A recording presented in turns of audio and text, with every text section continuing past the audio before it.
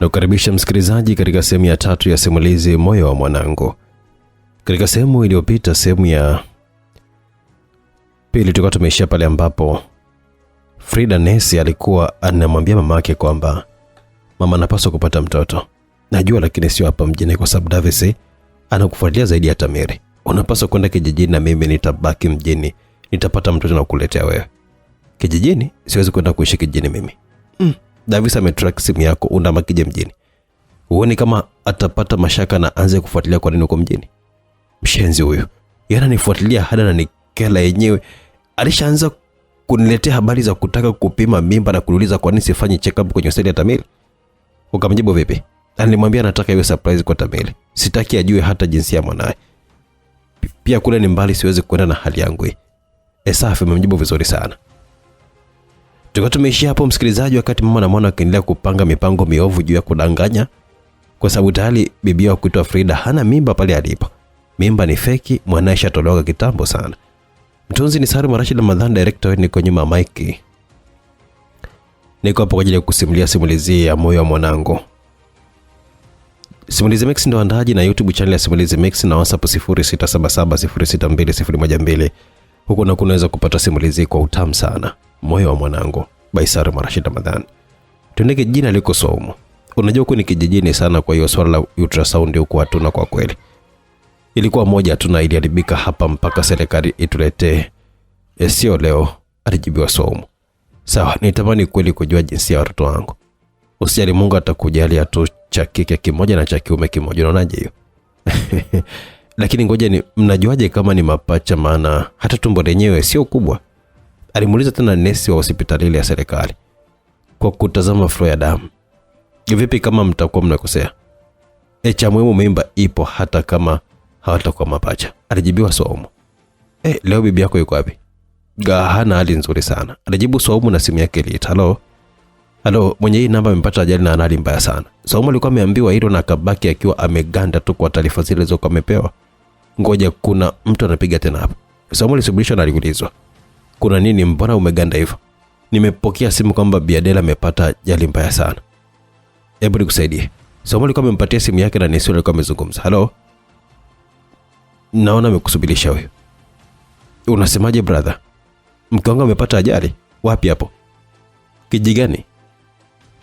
Mwangaruka? Ndo wapi huko? Davis alikuwa ameshangaa. Nimepokea simu kwamba Madam Khadija amepata ajali mbaya sana. Hebu nikusaidie. Swaumu alikuwa amempatia simu yake na nesi yule alikuwa amezungumza. Halo? Naona amekusubirisha. Unasemaje brother? Mke wangu amepata ajali. Wapi hapo? Kijiji gani? Mwangaruka? Ndo wapi huko? Davis alishangaa balezo kama amepewa na akatoka mbio mbio. Alifuata nini huko? Alijiuliza akiwa yuko ndani ya gari lake. Unampigia nani mara kwa mara? Aliuliza nesi Adela ambaye alikuwa kitandani, hali yake haikuonekana kuwa nzuri kabisa. Hamna bibi, ni salama kabisa. Umempigia simu Khadija? Alisema kwamba anakuja leo. Akauliza Swaumu. Ndio, amesema kama amepata dharura atakuja siku nyingine. Sawa. Umkumbushe anunue kila kitu kwa ajili ya maandalizi ya kujifungua, asisahau chochote kile. Ndio, alijibu Swaumu ambaye hakutaka kabisa kumshirikisha nesi Adela juu ya ajali hiyo aliyokuwa ameambiwa amempata Khadija. Davis alikuwa amefika hospitali ambapo alikuwa amepewa taarifa Khadija alikuwa amepelekwa. Ni daktari pia anaweza kwenda kumtizama mke wangu? Alitoa kitambulisho chake na kuruhusiwa kuingia eneo la matibabu. Wewe nani? Akaulizwa na daktari aliyekuwa amemkuta ndani akimsafisha Khadija jeraha la kichwani. Ni mume wa mgonjwa, pia ni daktari kutoka mjini. Vizuri. Tumeweza kusaidia tu kustopisha damu inayotoka, lakini anapaswa kwenda hospitali kubwa kwa sababu majeraha ni sehemu ya kichwa. Amezimia? Akauliza Dr. Davis. Ndio, hajazinduka toka wewe hapa. Sawa, naenda naye muda huu. Niandikie maelekezo ya chochote ambacho mmempatia. Dr. Davis alikuwa amemuinua mke wake na akambeba na kuondoka naye akimtoa pale kitandani. Hivi vitu vya mkeo. Davis alikuwa ameshangaa baada ya kuona vifaa vya kujifungulia na vingine vikiwa ni maandalizi ya kumpokea mtoto. Vya mke wangu? Ndio, vitu kwenye gari lake. Okay, alivipokea na kuviweka kwenye gari lake huku akiwa anapokea karatasi aliyokuwa amepewa na kuondoka na mkewe. Kijiji gani hichi? Yaani mama kati ya vijiji vyote ameona kwamba nilete mimi huko. Alilalamika Frida ambaye alikuwa yuko ndani ya gari akisafiri kama abiria tu, na alishangaa kupishana na gari la Davis likiwa katika mbio za hatari kweli kweli. Dereva, simamisha. Hakuna kitu hapa dada, alijibiwa Frida. Nataka kutizama hilo gari ulilopishana nalo, embu simamisha kidogo. Watu wote waliokuwa kwenye gari waligeuka na kumtizama kwa mshangao. Dada kichaa, huu ni usafiri wa public, sio wa kwako binafsi, alijibiwa na konda. Frida alitaka kujichekesha tu baada ya kuona macho ya watu ikiwa yanamwangalia kwa ukali sana. Swaumu alijaribu kupiga simu ya Madam Khadija na haikuwa inapatikana tena. Kwa nini haipatikani? Imekuwaje tena?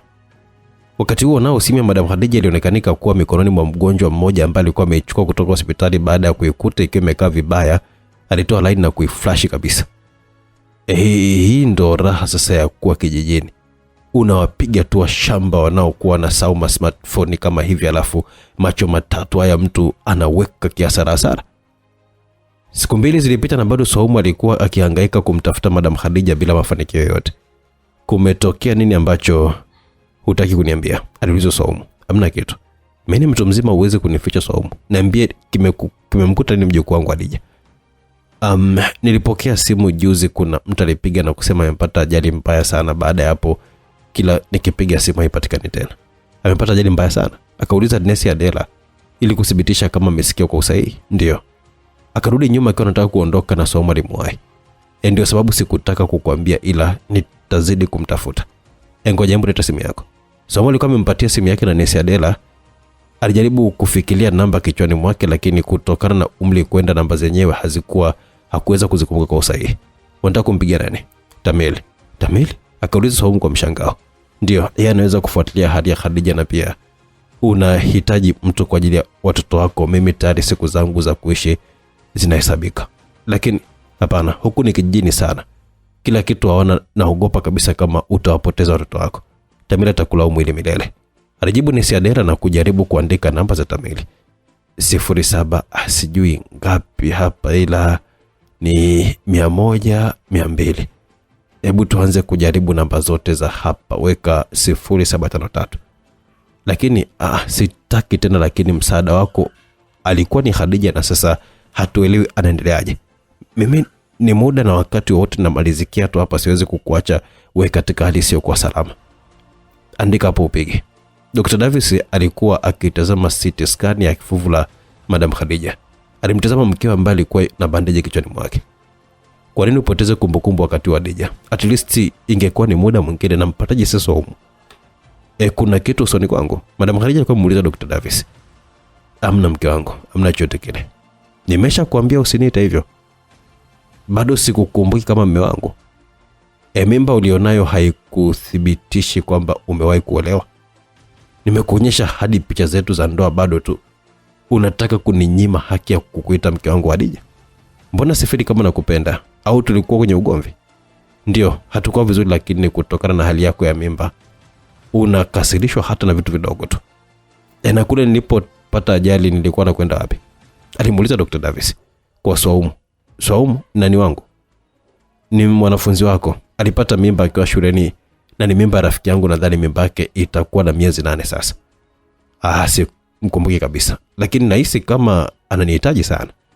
Ndio, na anakuhitaji sana. Ulikuwa unampelekea vifaa vya kujifungulia na umebeba hadi vifaa vya operation ndogo. Kama havitamfikia ni hatari sana. Unapaswa kukumbuka ili kuokoa maisha yake na watoto wake. Ulikuwa unaenda kwenye kijiji gani? Hapo ndo sikumbuki. Kwani bado hujapata simu yangu? Aliuliza Madam Khadija. Sijaipata, alijibu Davis na kumsogelea kwa ukaribu.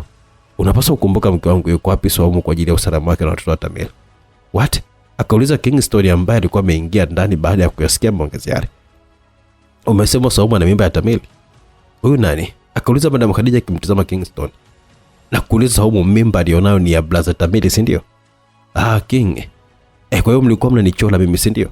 Yaani kosa langu lilikuwa ni mimi kumtambulisha Swaumu kwa Tamil, na Tamil akaamua kunizunguka na kulala naye. Anaongea nini huyo? Aliuliza Madam Khadija. Kingston, Tamil hafahamu lolote jamani, usimuingize huko. Afahamu nini? Na kila mara nimekuwa nikimpa taarifa za Swaumu. Sawa, yeye ndo mwanaume. Mpe hongera zake kwa kumtia mimba demu wangu, ila hili halijaisha na kuapia. Kingston alikuwa ameondoka na Davis alikuwa ameshinda kumzuia. Bora sielewe kwamba Tamil na huyu ni ndugu. Alafu Tamil akamchukua mchumba mdogo wake. Hapana, sio hivyo. Lakini ndivyo sikia hapa. Wachafu sana nyinyi washenzi, bora hata bibi alivyokuwa ameondoka na Swaumu. Bibi ameondoka na Swaumu? Unamaanisha Nesi Adela yuko na Swaumu? Nesi Adela ndo nani? Akauliza Madam Khadija ambaye hata alichokuwa amekiongea sekunde hakukielewa yeye, cha msingi kilitoka tu mdomoni mwake. No maana so akumbuki kweli anamfanyia maigizo mume wake. Kingston amemfahamuje sasa? Alikuwa anaongea na huyu mwanamke kumkumbusha Swaumu. Sasa kumbe dogo alikuwa yuko mlangoni anatusikiliza. Akaunti pesa haijaguswa hadi leo, aliuliza Tamili. Bado. Sasa anaishije huyu jamani asiyetoa pesa? Lakini kama nakumbukumbu vizuri hivi, kuna kipindi ulisema kama ametoa pesa na asubuhi yake ndo alikufumania na Frida. Yale alikuwa mawenge yangu tu mimi, pesa iliyotolewa haikuwa akaunti yake, ilikuwa ni akaunti nyingine, nilikuwa nimempa demu fulani hivi. Ila unajua kuhonga babake, yani kila demu na akaunti yake alafu namba ni moja tu, alihoji Davis. Achana nayo. Hebu mfosi yao kumbuke basi ni kijiji gani alikuwa anaenda napata wasiwasi mimi ujue. Hivyo vifaa vya operation kwa nini alikuwa navyo? Tena kidogo ni Esau yuko na Nesi Adela. Nesi Adela? Ili si tunafahamu kwamba yuko naye ndio maana hapokei simu na sasa hivi imezimwa kabisa namba yake. Na ninachomaanisha ni kwamba ameenda kijijini kwa Nesi Adela. Hilo nilishafuatilia Davis, yani Nesi Adela alizaliwa hapa mjini na address anapoishi aliweka ya hapa mjini. Kila kitu kingine kipya. Sasa mbona unajua mengi hivyo na atushirikishani? Sijakwambia hilo, akauliza Tamili. Hujawahi? Anyway, tuachane na hayo. Alipopata ajali Hadija, mbele kuna njia ya vijiji 5, kwa hiyo hapa kesho nataka nianze na kijiji kimoja baada ya kingine kumtafuta kwenye hospitali ya huko. Sawa, na kutegemea ndugu yangu. Usijali, nitazidi kupambana, alijibu Davis. Vipi Frida naye anaendeleaje? Frida bwana akaamua kwenda kujifungulia kijijini, lakini unajua kuna kitu ambacho kinanitisha kidogo kuhusu yeye. Kitu gani? Hospitali yetu ndio kubwa na ndio ambayo inasifika hapa mjini kwa huduma bora. Kwa nini sasa amefungulia faili yake hospitali nyingine? Huyo mwacha afanye anavyotaka, cha muhimu mwanangu awe salama tu. Huisi kama kuna kitu huenda anakudanganya? Kwamba hana mimba au? Vipi kama jibu ndio? Aliuliza Davis. Davis, tulimpima mimba wote jamani. Ni kweli hata sijui naongea nini hapa au? Vipi kama mtoto sio wako? Ndio maana nimejiandaa kwa DNA tu pindi atakapo kama jifungua. Wazo zuri. Mfuatilie basi Swaumu. Weka vijana wa kutosha, toa hela hapo hospitali. Nahitaji tu maisha ya Swaumu na wanangu yawe sawa. Usijali kaka, hilo limeisha. Upande mwingine wa simulizi. Patupu? Mimi hakuna mtu yote ambaye anakwenda kujifungua ndani ya mwezi huu. Hamna hospitali nyingi mjini, ni baada ya miezi 2 hadi 3, lakini sidhani kabisa kama kuna shida kwa sababu hakuna atakayejua mtoto amezaliwa muda gani. Yaka naye tuko kijijini hadi atimize mwaka mmoja ndo aje naye mjini. Alishauri Mr. Tatu baada ya kukosa mwanamke ambaye angejifungua sawa na mwezi ambao Frida alikuwa anapaswa kujifungua. Lakini hospitali zipo nyingi mtu, unakosaje? Mtu hatuwezi kwenda hospitali kubwa kule tutazua taharuki, kwa hiyo lazima tuende hospitali ndogo ndogo tu hizi. Hata upatikanaji wake wa taarifa inakuwa ni mrahisi. Sawa basi, ngoja nimwambie wazo lako. Mama unasemaje? Nikae tu huku mwaka mzima? Yaani huko kukaa tu huo mwezi mmoja ni mateso kwangu, siwezi kabisa kukaa kijijini mimi. Frida, hii ni kwa ajili ya future yako na ya milele. Kuna hasara gani ukikaa huko mwaka mzima alafu ukaje kuishi kitajiri? Mama, tunapaswa kumpata mtoto exactly wa mwezi ujao. Hivi unadhani kwamba Davis hatajua hilo? Au hata kuja huku baada ya mimi kujifungua? Tambua kwamba alishaanza kunitilia mashaka. Nishamsahau kabisa, alisema mama yake na kumwambia. Basi sawa, ngoja niendelee kupambana na wewe. Embu tizama tu kijijini, uweze kukosa tena wa huko ni rahisi sana, maana hao huko ni kuzaazaa tu kila mara. Yaani mshunto kutoka kijijini? Hapana mama, nataka wa huko. Mtoto wa kijijini ana shida gani? Akaulizwa Frida. Mtoto wa kijijini ana shida gani? Akaulizwa Frida. Sasa waleta mapozi wakati tuna shida. Mamake alikata simu na hapo simu ya Tamili ilikuwa imeingia kwa video call. Frida alitafuta tumbo lake la bandia na kulivaa. Hello baby. Mambo. Poa. Unareje na mtoto? Hatuko salama hofu kwa kote baba yake. Niko salama. Nimezungumza na Davis, amesema kwamba enda kijijini. Ndio sonja mama yuko huko, kwa hiyo imebidi nije nijifungulie huko. Huduma zao zikoje sasa? Hapana, sio kijijini kivile, huduma zao sio mbaya pia. Nimeshaenda hospitali, kila kitu kiko kawaida. Sawa, kwa makini. Tamelevi, unapenda mtoto gani? Namaanisha jinsia yake. Ni yoyote tu kwangu sawa. Ila akiwa kike ndo bora zaidi. Si unajua tena watoto wa kiume tunavyopenda vibinti vyetu Hauwezi kuamini na mtoto wa kike. Wow, kweli? Ndio nilisema ni surprise, ila imebidi tu nikwambie. Alisema Frida na kutabasamu. Wow, nimefurahi kusikia hivyo. Kweli, na vipi kuhusu Umu? Hapana, Hadija amepata ajali juzi akiwa anampelekea vifaa vya kujifungulia. What? Hadija anajua mahali alipo? Hajui tena maana akapata ajali na akapoteza kumbukumbu zote. Yaani hapa ni kama vile hajui tena maana kapata ajali na akapoteza kumbukumbu zote. Yaani hapa ni kama anaanza mwanzo kujua yuko wapi.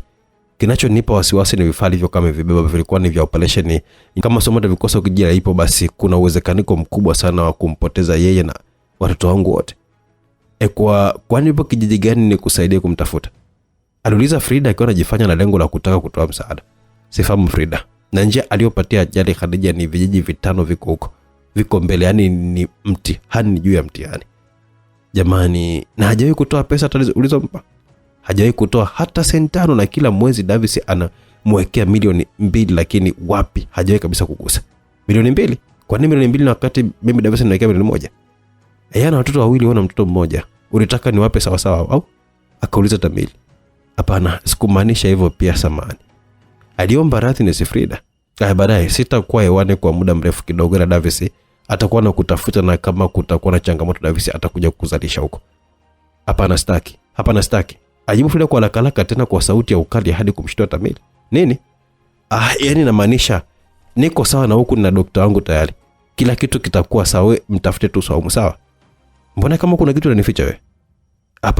Hapana, naficha nini? Yani kwa nini nikufiche? Sijui, ila ni kama vile kuna kitu unanificha wewe. Hapana, hakuna chochote kile. Baadaye kidogo mamangu ananiita. Alisema Frida na kukata simu yake. Pumbavu we Davis. Yani lazima kuna maneno utakuwa umeshamezesha Tamili tu, na huyu Saumu afe huko alipo, yani asitoke akiwa salama kabisa. Lakini sipaswi kusema tu kwa mdomo, na paswa kutumia pia watu wamtafute ili nijakishe linatimia. Simu yake iliita. Halo mama. Tumeshampata mtoto hapa. Tena huyu mama yake amekubali kabisa, ila anataka pesa kidogo. Jinsia gani? Mambo ya jinsia yanatokea wapi tena? Akauliza mama yake kwa nashangaa. Nataka mtoto wa kike. Mzae wewe. Fiu. Alifyoza mama yake na kukata simu. Imekwaje mama mtu? Anasema nataka mtoto wa kike. Anachagua tena jinsia ya mtoto wakati huyu mwenyewe amepatikana kwa taabu sana. Tena babake ni mcheza kamari, ndo alikuwa anataka kutuuzia mwanae. Kama atapata wa kike itakuwa vizuri, mwambie kwamba atutafutie wa kike. Kama atapata wa kike itakuwa vizuri, mwambie basi tutafutie wa kike. Mambo gani tena mama mtu? Akauliza Mr. Tatu. We tafuta bwana, tutampiga hela za maana huyo. Alijibu mama yake na Irene au Frida na kumbusu kibenteni chake hicho. Ngoja basi niwajulishe vijana tena. Naoma sana. Mama, wiki imeshakata, umepata chochote? Hapana. Mama, zimebaki wiki 3 sasa. Kwa unataka nifanyeje? Wewe aliyekuambia useme una mimba ya mtoto wa kike ni nani? Mama, unajua kabisa ili likifanikiwa tumefanikiwa wote. Usirudie tena kauli yako hiyo, maana haina mashiko yote tena kwangu kuanzia sasa. Huyo mtoto utamtafuta mwenye, mimi nina shughuli zangu. Mama yake alikata simu. Vipi mama mtu, mbona jazba? Ni huyu mwenda wazimu asiyejielewa huyu. Alipiga kelele Frida kwa hasira. Na hapa kwa Mungu, yani nikifanikisha hili hakuna yote atakayegusa pesa zangu. Akiwa nje ya kijumba chake hicho cha msonge, alimuona Nesi akiwa anapita. Nesi aliita kwa sauti kubwa, na Nesi yule alikuwa amegeuka kumtizama. Samahani, tunaweza kuzungumza kidogo? Akaomba Frida, na Nesi yule akamsogelea. Naitwa Frida. Naitwa Amina. Wewe ni Nesi wa kijiji? Naweza nikasema hapana au ndio, kwa sababu naishi hapa lakini kazi zangu nafanya kijiji cha pili. Unazalisha? Akauliza Frida, na Nesi Amina kama mtizama, kwani hakuwa na kiashiria chochote cha kwamba ni mjamzito. Alishapumsha tumbo lake feki ndani. Ndio, ni mkunga pia. Nilijua tu kwa umri ulionao lazima uwe mkunga. Samahani tena, lakini bila samahani. Na kiasi cha shilingi milioni 20 nahitaji mtoto wa kike atakayezaliwa ndani ya mwezi huu. Naweza kumpata? Ni Samina alimtizama kwa sekunde kadhaa akimtafsiri. Milioni 30, aliongeza dau Frida. Hiyo hela unayo hapo mkononi? Ipo kwenye account. Nesa alimtazama tena kisha akamuuliza, unataka mmoja wa kike au mapacha? Akauliza Frida. Mmoja tu ananitosha mimi. Sawa, andaa pesa yangu. Ila nataka keshi mkononi. Usijali, kwani kusubiria lini? Nitakwambia nitakapokuwa tayari. Wewe nipe namba yako ya simu. Frida kama mtoa namba yake ya simu na hakuamini kama angeweza kumpata mtoto kirahisi namna ile. Maendeleo yote upande mwingine wa simulizi. Bado, alijibu Davis. Tunafanyaje sasa? Aliuliza Tamili alipokuwa amefanikiwa kupata wasawa kuzungumza na simu tena. Na huyu Hadija sijui ni mimba au ni iko kichwa chake kilichopoteza kumbukumbu.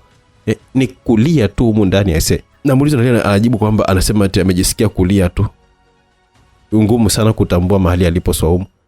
Vijana nao pia hawajapata chochote kile hadi muda huu. Isipokuwa kwenye hivyo vijiji vya mbele kuna jumla hospitali 7. Sasa fanya hivi. Peleka afya population ndogo kwenye hospitali zote hizo 7 ili Swaumu akienda popote pale aweze kupata msaada na wanangu. Ya wazo zuri. Basi ngoja nilifanyia kazi, maana kwa makadirio zimebaki wiki 2 hadi 3 hivi. Nashukuru ndugu yangu. Usinichoke kabisa yani. Usijali, la kwetu sote hili, alijibu Davis. Vipi na Frida naye? Sitaki hata kumpigia, mimi ataniletea habari zake za mapenzi. Hayuko poa, nimezungumza naye jana na hana anachohitaji na yeye makadirio yake ni kama Swaumu tu. Sawa, alijibu Tamili na kukata video call. Bibi vinauma. Pole mwanangu, pole. Ndio nakaribia hivi, kwa hiyo lazima watoto wa test mitambo. Alijibu Nesi Adela ambaye alikuwa akimkagua njia Swaumu. Uko sawa kabisa. Jeni hapo tusubirie tu kama wiki 2 tayari utakuwa na watoto wako mkononi. Lakini mbona tumbo langu sio kubwa kabisa mpaka napata mashaka kama nitakuwa na mapacha kweli? Sio wote wanakuaga na tumbo, lakini kungekuwa na ultrasound ningekuwa na uhakika kama kweli ni mapacha, maana siamini mimi. Siamini. Hata kama hawatakuwa mapacha, cha muhimu tu una mtoto wa Tamili. Tena tuendelee kujaribu zile namba. Lakini bibi, leta hiyo simu hapa. Haya, tujaribu tena. Siku ile tulikuwa tumeishia 0752, si ndio? Leo tuende 0753 100 200. Milioni 30 upande mwingine wa simulizi. Aliuliza Davis. Ndio. Milioni 30 unataka kufanya nini wewe? Hakuna nyumba nimeona huko kijini ni nzuri kweli kweli na wanauza milioni 30. Sasa sina pesa, nikasema hapa nikupigie unikopeshe, nikija huko mjini nitatafuta mteja na nitaiuza hata zaidi ya milioni 70 na nitakupa pesa yako. Sawa, hebu ngoja tumshirikishe Tamili ili maana pesa sio zangu ni zake. Na mimi sijampigia Tamili, nimekuomba wewe. Sitaki Tamili ajue hili. Mimi sina pesa nyingi hivyo Frida. Basi sawa, ngoja nimtafute mtu mwingine wa kumkopa. Alisema Frida na kukata simu. Davis alikuwa amejaribu kumpigia Tamili na alimpata hewani. Frida anataka kiasi cha shilingi milioni 30. Anasema kwamba kuna jumba inauzwa huko kijijini. Ameipenda na ni bei rahisi. Mtolee umpeta, napenda sana leo mwanamke. Yaani ndo maana amenitoka moyoni complete yani. Mwenzake hata sentano hajai kabisa kutoa, ila yeye sasa. Yaani ni pesa ikiingia hapo hapo katoa. Natamani hata ajifungue tu nijue huyu mtoto ni wangu au la. Nimemchoka mimi yani. Pole baba, maana amesha kugeuza chuma ulete. Na hiyo nyumba milioni 30 kijijini. Hapa umepigwa na kitu kizito kichwani mzee. Kabisa, wewe mpe tu, sijui anaenda kuifanyia nini pesa zote hizo yani. Poa, alijibu Davis na kukata simu. Davis, kuna kitu ambacho nahisi kama nimekumbuka hivi. Umekumbuka ni mke wangu? Nilikuwa naenda kijiji cha bora nimesahau tena. Nimekumbuka sasa hivi kijiji cha Davis alikuwa ameshika kiuno chake. Basi fanya hivi, ukikumbuka tu hapo hapo kiandike kwenye simu yako na unitumie, sawa? Lakini nilikumbuka sasa hivi tu, kwani nimesahau tena? It's okay baby. Utakuwa sawa tu, siku sio nyingi. Natamani hata kumsaidia Swaumu, na hisi kabisa ananiita msaada wangu, lakini hata sikumbuki sasa. Usijali Tamili. Ametoa wazo zuri sana hapa la kupeleka hospitali zote ambazo zipo kwenye hivyo vijiji tunachohisi Swaumu yupo. Tutaenda wote, uenda nikakumbuka kitu. Sawa. Basi palipopambazuka safari ikaanza, huko mama Irene naye akiwa ametoa pesa milioni 30, naye akiwa safarini kumpelekea binti yake huko kijijini. Ila safari ilianza mapema sana kwa Dr. Davis na mke wake Hadija pamoja na vijana kadhaa ambao walikuwa na magari ya ambulance ambayo ilibeba vifaa. Ukikumbuka chochote kile tafadhali sema hapo, sawa? Sawa, alijibu Madam Khadija kwa kutabasamu. Una uhakika lakini? Upande mwingine wa simulizi, mama, kila kitu kiko vizuri. Hapa ni uhakika, yani nikisha mpata tu huyo mtoto narudi mjini siku hiyo. Tena unapaswa kubaki na mimi hapa, maana Davis anaweza kuja muda wote kuja kunitazama. Usijali, nitakuja wiki ya mwisho. Hapo simu ya Frida ikaita. Unaona? Ndio maana nakwambia ubaki hapa. Hello Dr. Davis. Hivi unaishi kijiji gani, maana ndo unamaliza kazi ya kusambaza vifaa hapa kwenye kijiji cha mwisho? Umeshampata Saumu? Hapana, hospitali zote hizi tulizoleta vifaa hawana mama mjamzito mwenye hilo jina. Yaani hadi kichwa kinaniuma hapa, nataka nikupitishie na wewe vifaa kadhaa hapa nirudi mjini, maana ilishakuwa saa 11 jioni sasa. Mimi haina hata haja, maana nipo tu na mama hapa na ameniletea vifaa. Ni muhimu mimi kuonana na wewe Frida. Tamili anataka picha aone kama nimepitia ulipo. Nitakutumia picha zangu, alijibu Frida. Unaishi kijiji gani? David akauliza akiwa hitaji na maongezi marefu. Hello Davis. Mama Irene alikuwa amechukua ile simu ya mwanae. Mama, shikamo. Marahaba mwanangu, mzima? Mzima. Mpo kijiji gani? Nataka kuja nitumie location. Sawa, nakutumia sasa hivi. Asante. Davis alikata simu. Mama, kwani sasa umemwambia hivyo? Unaona kabisa mtu amesha kutilia mashaka toka mwanzo na bado unampa tu njia ya kutilia mashaka mengine, unadhani iko sawa hiyo? Sasa akija hapa kitaka kujua hiyo nyumba ya 30 iko wapi, nitamuonyesha nini mimi? Hilo niachie mimi. Wewe vadu bwana lako tumboni hapo asikukuta hivi. Nitalivalia atakapokuwa amekaribia. Alijibu Frida, simu yake ikaita hapo hapo. Upo hapo karibu na dukani, shingapi? 5,000,000? Sawa, nakuletea. Nini? Yule nesi Amina anataka nimpe 5,000,000 kwanza. Hayapeleka tu pesa, ngoja kurusha. Hawezi, ni mtu mzima yule bwana. Na huyo mtu tata mbibu sile kijiji. Anamiba hospitali ya kijiji kingine. Unaona na majisi ambavyo sio hatari hiyo. Utajua wewe. Alijibu mamake na kuanza kupanga pale ndani. Kumbe sio mbali, ni maeneo tu ya karibu na hapa tulipo. Davis kanulia mkate. Alisema Khadija, na Davis akamegeuka akiwa anamtizama. Mkate? Ukijini kweli? Duka lile pale bwana, huwezi kosa duka kubwa kama lile. Okay, mkate tu. Ndio. Alijibu Khadija, na Davis akameshuka kielekea dukani kwa kipishana njiani na nesi Amina ambaye alikuwa kivuka kwa kurudi upande alikotoka Davis. Alipita mbele ya gari ya Khadija akimfuata kwa kutumia macho yake. Mbona na wasiwasi hivi? Mbele alikutana na Frida ambaye alikuwa amemkabidhi bahasha. Natumai hauna mpango wa kunitapeli. Hapana, kuwa na amani, na mtoto lazima apatikanike tu, na subiri mamake ajifungue. Alijibu nesi Amina kwa uhakika kabisa. Huyu dada nilimwonaga wapi? Alipokana anajiuliza Khadija huku akiwa anamtizama kwa makini Frida, lakini kumbukumbu hazikumjia fresh. Frida aliondoka baada ya kumkabidhi pesa na kurudi kwao. Haya, mkate wako hapa. Davis alikuwa amerudi ndani ya gari na kumkabidhi mkate. Asante. Kuna nini? Hamna kitu. Chochote ulichokumbuka? Hamna chochote, alijibu Madam Khadija kwa utabasamu. Davis kama ametoa simu yake na kumpigia Frida. Halo. Tumeshafika hapa, ila hatujui nyumba gani. Maana location inaonyesha tupo karibu pembeni yetu hapa, kuna duka kubwa hapa kweli limeandikwa MM. Frida kaganda hatua zake na kugeuka nyuma. Hapo ndipo alipogundua gari lilokuwa liko pembeni yake wakati akimpa fedha nesi Amina ni la Davis. Alitazama tumboni kwake na palikuwa flat kabisa, isiana chochote, na alikuwa amekata ile simu akiwahi ndani. Nini, mbona mbio? Davis tayari ameshafika. Mungu wangu, amekuona? Sijui, ila tayari upo dukani pale, na ndio hapo nilipotoka kuonana na nesi Amina. What? Mama, unadhani kwamba atakuwa ameniona? Simuliita tena, na mamake alikuwa amempa ishara aende chumba kingine kwenda kuvalia tumbo lake. Alo baba, network inasumbua sana huku. Umesema umefika wapi? Maria alikuwa amewafuata na kuja nao hadi ndani. Frida, ayatoka basi nje, wageni wako wamefika. Frida alikuwa ametoka akiwa amejigubika na manguo kweli, na Khadija alipomwona alikuwa amemshangaa. Karibuni jamani. Wewe, alisema Khadija akimnyoshia mkono na kunyoshia mkono nje. Anaitwa Frida, ni mwanamke wa Tamili, naye ana mimba yake.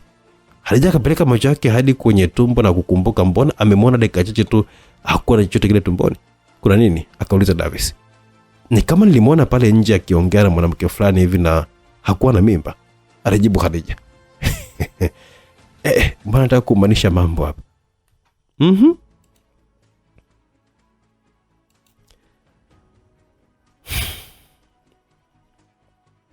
Frida kaganda pamoja na mama yake. Khadija alita mume wake akimshika mkono ishara ya nyamazi. Mtamsamehe jamani, bado kumbukumbu zake hazipo vizuri. Hapana, acha. Davis alikuwa amemkataza Khadija asiongee na Frida kama amecheka tu. Itakuwa amenikumbuka mimi wa zamani. Alisema Frida akiwa anashika tumbo lake, na Khadija alijiuliza kama huenda hayuko sahihi. Nesi Amina asubuhi alikuwa ameamkia nyumbani kwa Swaumu. Binti yangu.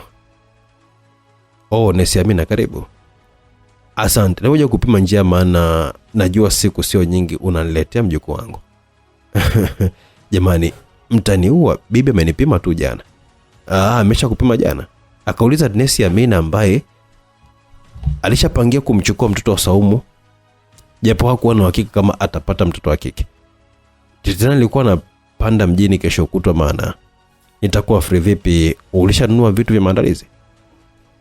Kuna mtu nimemwagiza ila japo hajarudi.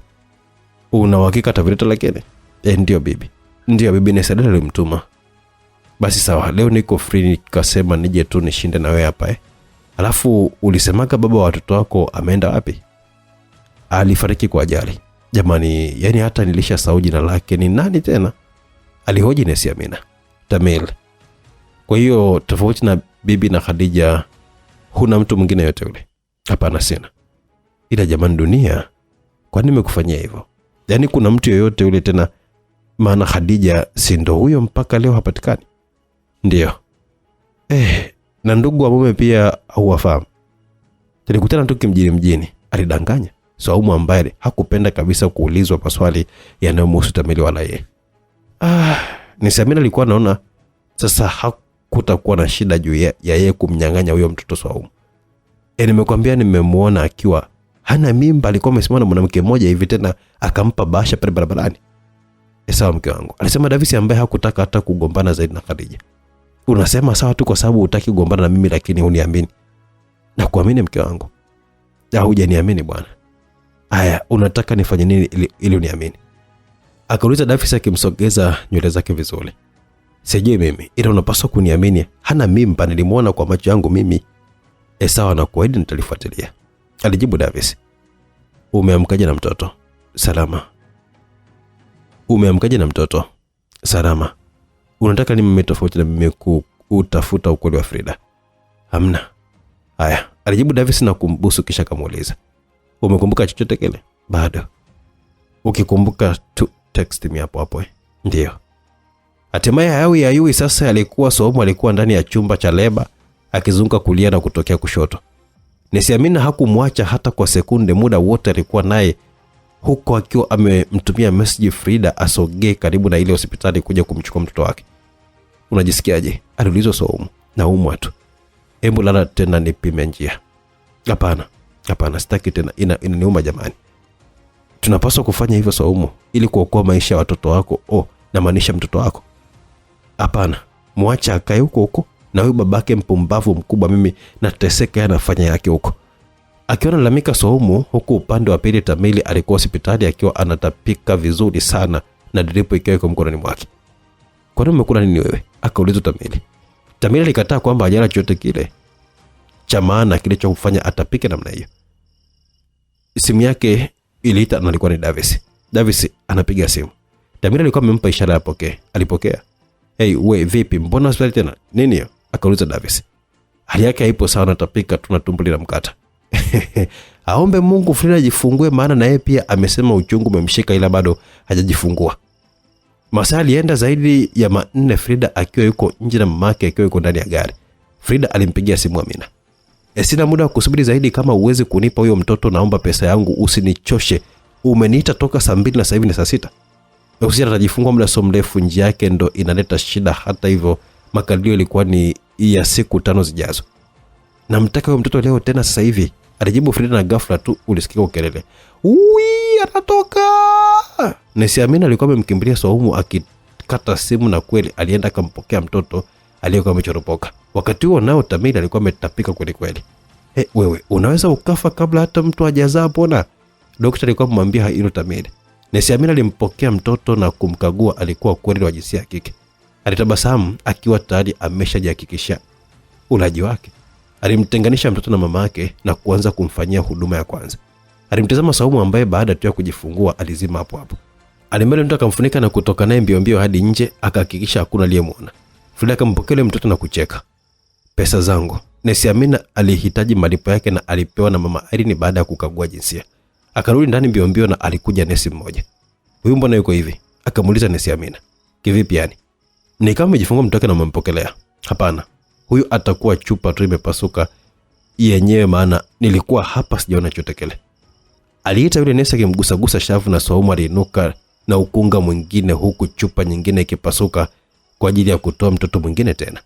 Nesi ule hakujali kabisa kuhusu kile kilichoza kutokea awali, na walihangaika naye ili aweze kujifungua salama. Tamini ndo alitapatapa kashuka hadi chini ya kitanda, huko akiwa anajikunja kwa maumivu ya tumbo lake. Mwacha atakuwa sawa tu. Mkeo atakuwa anajifungua. Sukuma, pambana zaidi. Nesi Adela alikuja akiwa na chupa ya chai aliyokuwa ameenda kumletea Saumu ili imrahisie kupata uchungu na kujifungua. Anajifungua, aliambiwa hivyo nesi Adela. Mungu amjalie. Baada ya dakika 10 Saumu alijifungua mtoto wake wa pili wa kiume kwa tabu kweli kweli.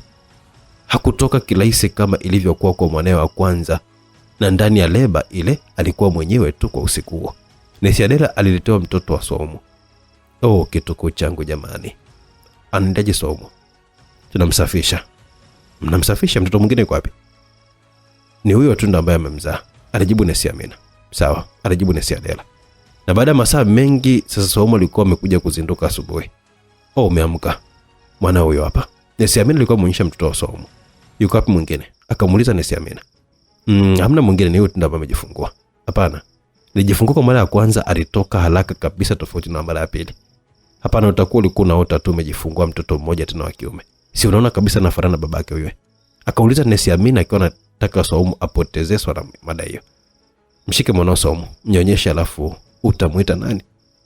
Saumu bado alikuwa amebaki kumtizama, akawa anawaza kama anachoambiwa ni cha ukweli na ukweli wote ule. Utamuita nani? Alafu ujue unatakiwa ukamue kwanza maziwa machafu yatoke, alafu yabaki masafi. Ngoja nikalete chombo ili nije nikusaidie. Nesi Amina alikuwa ameondoka na kupishana na nesi Adela. Umeamka mjukuu wangu. Bibi, mbona nimepewa mtoto mmoja? Kwa nini nasema hivyo? Huyo ndio aliyejifungua? Nilijifungua mara 2. Mara kwanza mtoto alikuwa ametoka tu, alafu huyo wa pili ndo ambaye nilipata tabu. Nesi Adela mtizamo kwa kutabasamu. Umejifungua mtoto mmoja tu kipenzi changu. Na hakunaga mtu anayejifungua mwenyewe tu papu na mtoto akawa anatoka hapo hapo. Kweli? Alihoji Saumu. Ndio. Sawa, alijibu Saumu kana rizika. Nesi Adela kwa amehisi tu kuna kitu hakipo sana kweli. Kwa namna alivyompima Saumu, ilipaswa ajifungue watoto wawili na sio mmoja kama ambavyo anavyo. Mtoto mwingine umempeleka wapi? Akaulizwa nesi Amina na nesi ambaye alimkuta Saumu pindi alipokuwa amejifungua mtoto wa kwanza. Mtoto gani?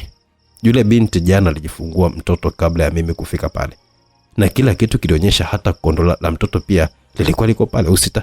Nesi Amina alimkamata na kumgongeza kwenye sinki. Nesi damu zilimtoka na kafariki hapo hapo. Sitaki watu wenye vihelehele kufuatilia maisha yangu.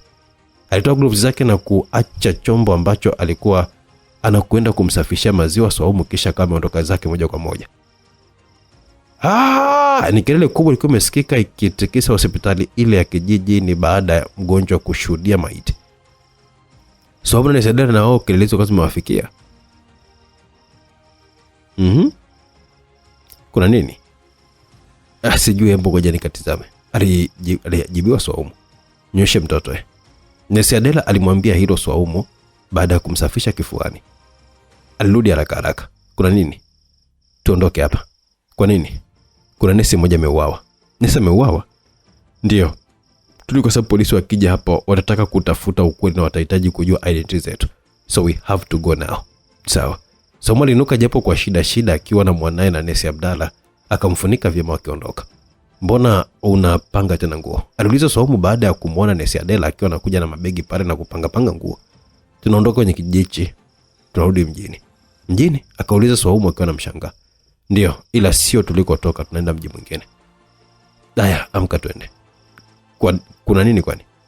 Nitakwambia amka twende. Nesi Adela alikuwa amebeba mabegi japo alikuwa anazidi kukohoa kwa sababu hakuwa na hali nzuri kiafya. Mtoto analia. Davis alimwambia hilo Frida. Usijali, nitamnyonyesha. Alijali mtizama yule mtoto na kumtizama Frida.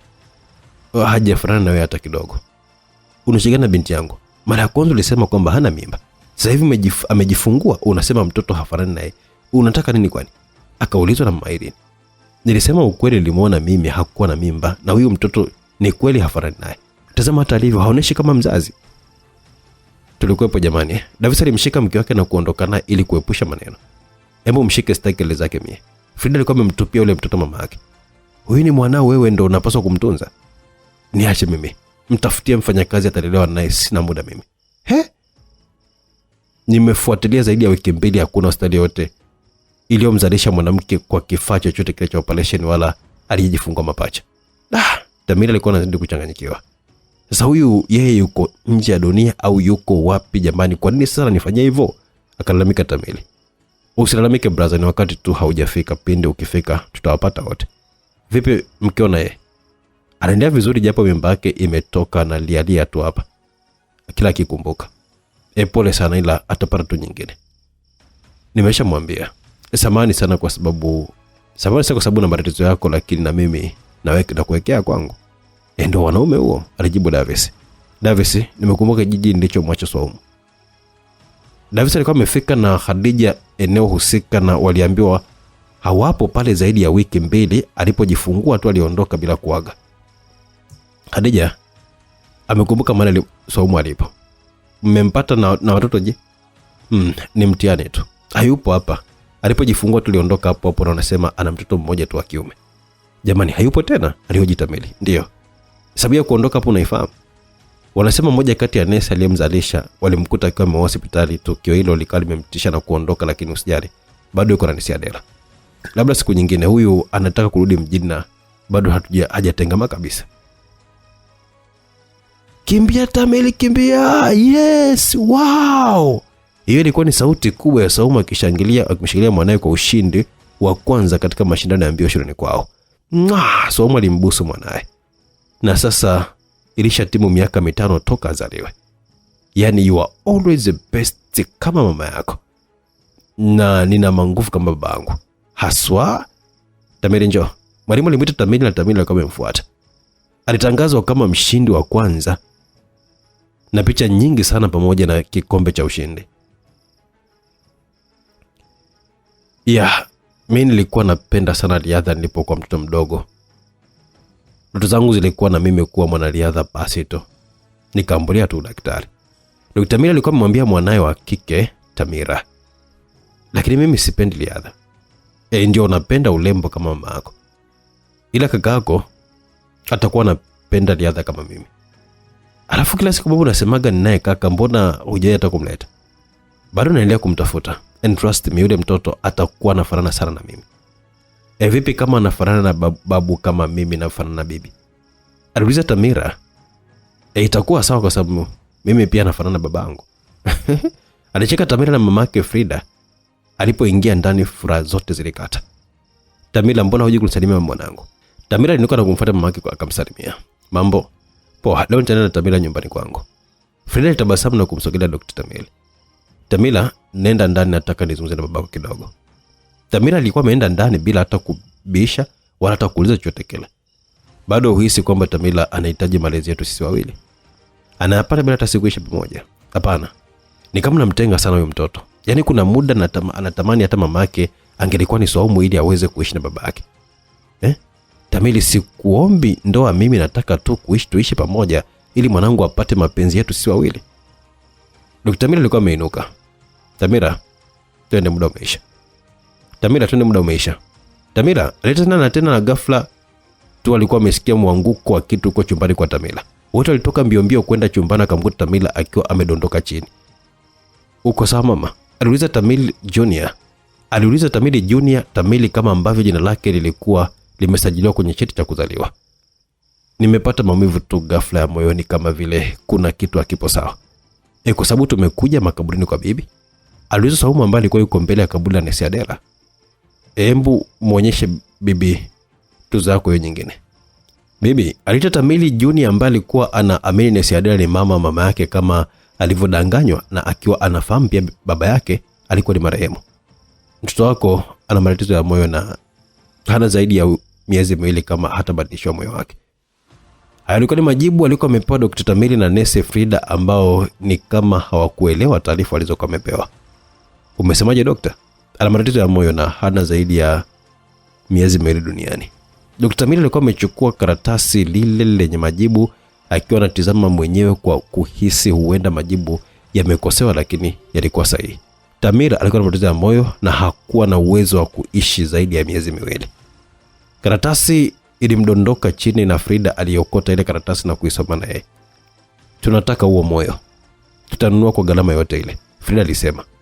Hatuuzi moyo hapa na hiyo biashara hairuhusiwi, pia ni biashara haramu. Kwa binti yangu anaponaje? Akauliza Frida. Saumu alikuwa kitandani na mwanae Tamiri Junior akimsomea story, na alipogundua ameshapitwa na usingizi akamfunika vyema, akampiga busu kichwani na kwenda chumbani kwake. Aliushika moyo wake ambao haukuwa sawa kwa siku hiyo. Mungu aepushe balaa lote litakalo kutaka kuja juu ya mwanangu. Saumu alikuwa ameomba balaa liepushwe juu ya mwanae Tamiri, akiamini kuna jambo baya lilikuwa linataka kumtokea, kama ambavyo wanasema hisia za mama mara zote waga sahihi. Nini? Matatizo ya moyo? Mtoto wa miaka 5 matatizo ya moyo anayatolea wapi? Aliuliza mama Aida nikiwa na shangaa. Mama, nilikuwa napambania ndoa baina yangu na Tamili, kama huyo mtoto atafariki sina chochote nitakachokipata kutoka kwake. Yaani mambo yote niliyoyafanya kumpata huyo mtoto yatakuwa ni ya bure kabisa. Irene alikuwa kiti cha pembeni yake na kucheka. Kisichokuwa chako hakiwezi kuwa chako hata kwa nguvu zako. Haya kiko wapi? Umelipa milioni 30 kumbe umepewa mtoto mgonjwa. Haya, huyo hapo anakufa bila hata kupata hiyo ndoa uliokuwa unaiota. Mama, mpigie simu ya bwanako mwambie nitampatia kiasi chote cha pesa, nahitaji moyo kwa ajili ya Tamira. Moyo? Mamto, unajisikia kweli? Mimi sina connection kabisa za hizo biashara, sijui hata figo, sijui eti maini. Yaani hizo sina kabisa hizo connection zake. Aba mtu, huu ni ule wakati wetu wa sisi kuwa matajiri. Tamili atatupa pesa yoyote tutakayokuwa tunataka kwa ajili ya kumsaidia tu binti yake. Ama mtu, sitaki kukupa moyo, lakini hichi unachokiomba ni kitu kigumu sana kwangu. Nini? Matatizo ya moyo? Unamgana ni kwanza hapa? Tamira, jamani. Miaka 5 matatizo ya moyo wapi na wapi? Hapa ilikuwa ni maongezi kati ya Davis na alikuwa amefika nyumbani kwa Tamili baada ya Tamili kumpigia simu. Naenda kumpoteza binti yangu, ana miezi 2 tu, kama moyo hautapatikanika basi atafariki. Aliguna Davis na kumpooza Tamili ambaye alikuwa ameangua kilio kabisa nje ya chumba cha binti yake. Davis akawa amefunga mlango ili Tamila asiweze kusikia sauti ya babake akilia, na si kweli kwamba Tamila alikuwa akimsikia babake akilia. Alijigeuza tu upande mwingine naye analia huko akiwa anashika kifua chake upande wa moyo. Palipomazuka asubuhi, Dr. Tamili alikuwa yuko nje ya ofisi ya nyumba ya rais. Alikaguliwa vizuri na baada ya walinzi kujiridhisha yuko salama kwa ajili ya kuonana na rais, alimpa ruhusa hiyo na kuingia ndani huko akiongozwa na mtu mmoja. Alifikishwa hadi ndani ya ofisi ya rais na rais akampokea kwa furaha sana. Niliposikia umekuja nikasema nije nikuone mimi mwenyewe. Mke wa rais alikuwa amezungumza na kwa kumpatia mkono Tamili. Mama, shikamo. Marhaba. Hatujaonana miaka mingi sana kweli, ni kama 5 hivi au 6 hivi. Ni kweli ni mengi kidogo, ila nilikuwa niko nje kimasomo ndo nimerudi nchini, sina hata mwezi mmoja. Karibu sana. Asante. Basi ngoja niwaache na rais chote tukuandalia labda. Hapana, niko sawa, hata msijisumbue kwa sababu sitakaa hapa kwa muda mrefu.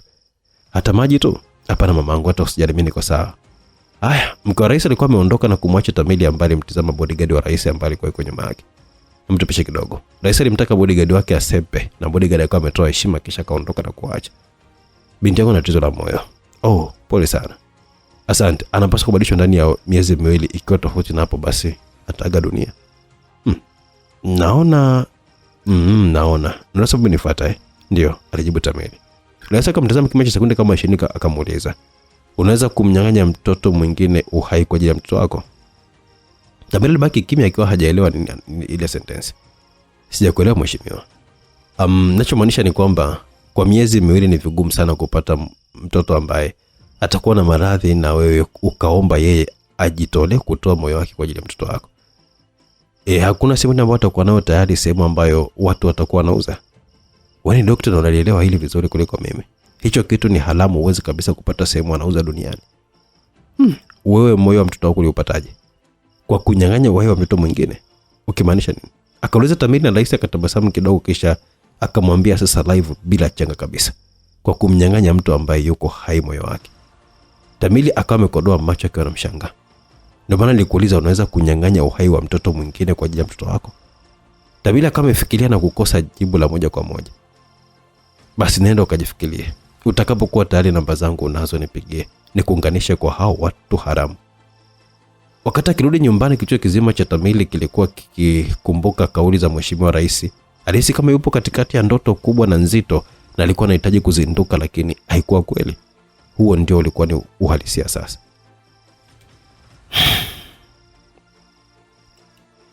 Davis alita Madam Reja kwa kupiga kelele na Davis alikuwa amekimbilia wadi ambako alikuwa amesikia sauti ya mkewe. Alikutana na mkewe aliyekuwa kivunja damu, ishara ya kuwa mimba yake nyingine imetoka tena, na hii ikiwa ni mara ya 3. Mtoto wetu ametoka tena. Alaji alikuwa amemuonyesha zile damu mkononi mwake huko akiwa analia kweli kweli. Unapaswa kula chakula chenye nguvu ili uzidi kuwa imara kama simba. Unapaswa kula chakula chenye nguvu ili uzidi kuwa imara kama simba. Huko nako Saumu alikuwa amemtengea kifungua kinywa mwanae Tamili Junior. Mimi tayari nina nguvu mama. Huoni? Akauliza Tamili Junior huko akiwa anamtunishia misuli yake.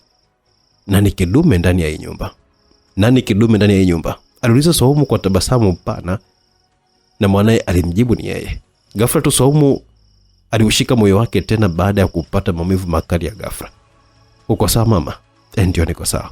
Alijibu Saumu akiwa na tabasamu kwani hakutaka kabisa mwanae awe na wasiwasi juu yake. Kwa nini napata maumivu makali hivi, kama vile kuna jambo baya linatokea au linakwenda kutokea? Maumivu ya Saumu yalikuwa ameenda sambamba na mtoto wake wa kike Tamila ambaye baada ya kugundulika kuwa na ugonjwa wake sasa alikuwa anazidi kuwa dhaifu. Tamira alita Frida ambaye hakuwa mbali na mwanae. Tamira alikuwa ameanza kuweweseka, jasho jingi likimtoka na akionekanika kupumua kwa taabu. Mama, alita Frida kwa sauti ya kupaza, na muda huo mama yake alikuwa ametimba ndani ya chumba cha mjukuu wake huyo wa kukodi. Milio ya mashine ndani ya chumba cha hospitali ilikuwa inasikika huku Tamila akiwa ndiye amewekewa mashine hizo. Dr. Tamila alikuwa yuko nje kwenye kioo akiwa anatazama mwili wa binti yake namna ambavyo alikuwa anapambania maisha yake. Umeshapata moyo kwa ajili ya binti yangu? Frida alikuwa amemuuliza Dr. Tamila ambaye alikuwa amegeuka na mtizamo. Bado, ila nimejitahidi kuwasiliana na hospitali zote za maeneo ya jirani kama atajitokeza mgonjwa wa hiali wa kuchangia moyo kwa ajili ya mwanangu Tamira. Na asipotokea? Akauliza Frida. Dr. Tamila alikuwa amemtizama Frida na hakuwa na cha kumjibu, aliondoka na kumwacha pale. Mama, alita Frida, na kuelewa mwanangu. Wewe Tamila ndo karata pekee nilionayo mkononi mwangu ya utajiri. Kama huyu mtoto akifariki, basi tunarudi kule kule kwenye umaskini. Tunapaswa kupata moyo kwa ajili yake kwa gharama yote ile. Useni babako alishughulikia hilo. Saumu alimbusu mwanae aliyemfikisha shuleni na kwa kutumia gari lake. Uwe good boy mwanangu kila siku na kuaga hivyo mamangu. Saumu alikuwa amempiga busu mwanae, busu la mbali na kutabasamu. Saumu alikuwa ameenda dukani kwake ambako ana duka lake la biashara ya vyombo na tayari mfanyakazi wake alishawahi na kufungua duka. Umeamkaje Modesta? Salama bosi, shikamoo. Marhaba, natumaini sijachelewa sana leo. Hapana, ndo kwanza namalizia kudeki tu hapa ili nipange sehemu zingine nzuri. Vizuri. Haya, Saumu alikuwa amejibu hilo akiweka pochi yake vizuri sehemu ya kaunta, kisha kama ameanza kulizunguka duka lake lililokuwa na ukubwa kiasi akijaribu kuweka sawa vitu kwenye mashelfu ambaye yeye alikuwa amehisi kwamba viko sawa. Pole mwanangu. Dr. Davis alikuwa ameketi vizuri na Tamila na alikuwa amekaa kwenye benchi. Na nani jinsi unavyojisikia, ila usijali. Ipo siku Mungu atasimama upande wenu na mtapata mtoto wenu. Lini sasa ndugu yangu? Umlaenda miaka 40 hapa. Na ichungulia alafu mambo ndo kama aise cheusi chekundu. Kuwa na imani bwana.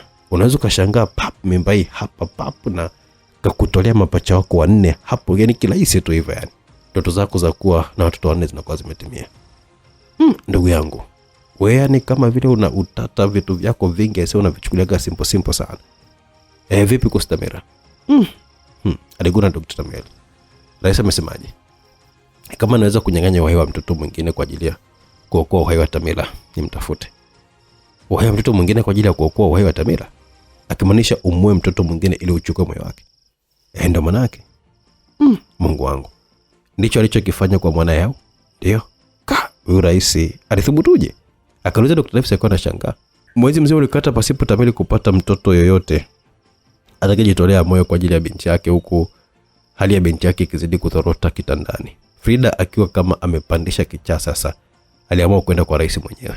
Rais alimtazama na kumwambia, "Nilimwambia mume wako akiwa tayari yeye ndo ambaye aje hapa na sio wewe." "Hapana. Hana utayari wowote ule kwa sababu tofauti na Tamila ana watoto wengine wawili. Hajali kabisa kuhusu huyu," alisema Frida huku akilia na machozi ya umbea.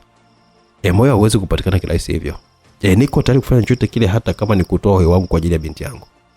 Upo tayari pia kutoa uhai wa mtoto mwingine kwa ajili ya mwanao? Nipo tayari kwa chochote kile. Ninachohitaji ni uhai tu wa binti yangu. Rais akamtazama Frida na aliona anamaanisha. Alitoa simu yake na kupiga mahali. "Alikuwa mteja na kuunganisha naye hapa. Tafadhali mhudumie vizuri sana, ni kama mwanangu." Alikata simu yake na kumpa namba Frida. Asante. Mungu akubariki sana. Msikilizaji, simulizi yetu ni Moyo wa Mwanangu na mambo yanazidi kupamba moto kweli kweli. Huu ni mwisho wa sehemu ya 3, lakini ndio mwanzo wa sehemu ya 4. Kumaanisha kwamba usicheze mbali na Simulizi Mix kwa sababu sehemu ya 4 inakuja tu hivi karibuni. Endelea kubaki na mimi, lakini kumbuka unaweza kuipata simulizi mpaka mwisho kupitia WhatsApp nambari 0677 062012. Andika tu pale WhatsApp Moyo wa Mwanangu, utapewa maelekezo jinsi ya kuipata mpaka mwisho bila kusubiri. Tukutane huko kwa burudani zaidi. Bye bye.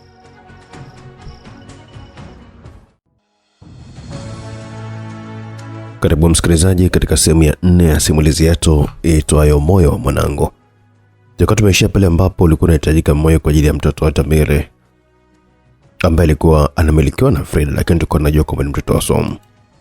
Mwezi mzima ulipita pasi na Tamila kupata moyo wote ule mtoto atakayejitolea moyo kwa ajili ya binti yake, huku hali ya binti yake ikizidi kuzorota kitandani. Frida akiwa kama amepandisha kichaa, sasa alikuwa ameamua kwenda kwa rais mwenyewe. Rais alimtazama na kumwambia, "Nilimwambia mume wako akiwa tayari yeye ndo aje hapa na sio wewe." Hana utayari wote ule kwa sababu tofauti na Tamila ana watoto wengine wawili, hajali kabisa kuhusu huyo, alisema Frida huku akiwa analia kwa machozi ya umbea. Moyo hauwezi kupatikana kirahisi hivyo. Nipo tayari kufanya chochote kile, hata kama ni kutoa uhai wangu kwa ajili ya binti yangu. Upo tayari pia kutoa uhai wa mtoto mwingine kwa ajili ya mwanao? Nipo tayari kwa chochote kile. Ninachohitaji ni uhai tu wa binti yangu. Rais akamtazama Frida na aliona alikuwa anamaanisha. Alitoa simu yake na kupiga mahali. Alikuwa mteja na kuunganisha naye hapa. Tafadhali mhudumie vizuri sana, ni kama mwanangu. Alikata simu yake na kumpa namba Frida. Asante, Mungu akubariki sana. Tumeishia hapo msikilizaji katika sehemu ya 3.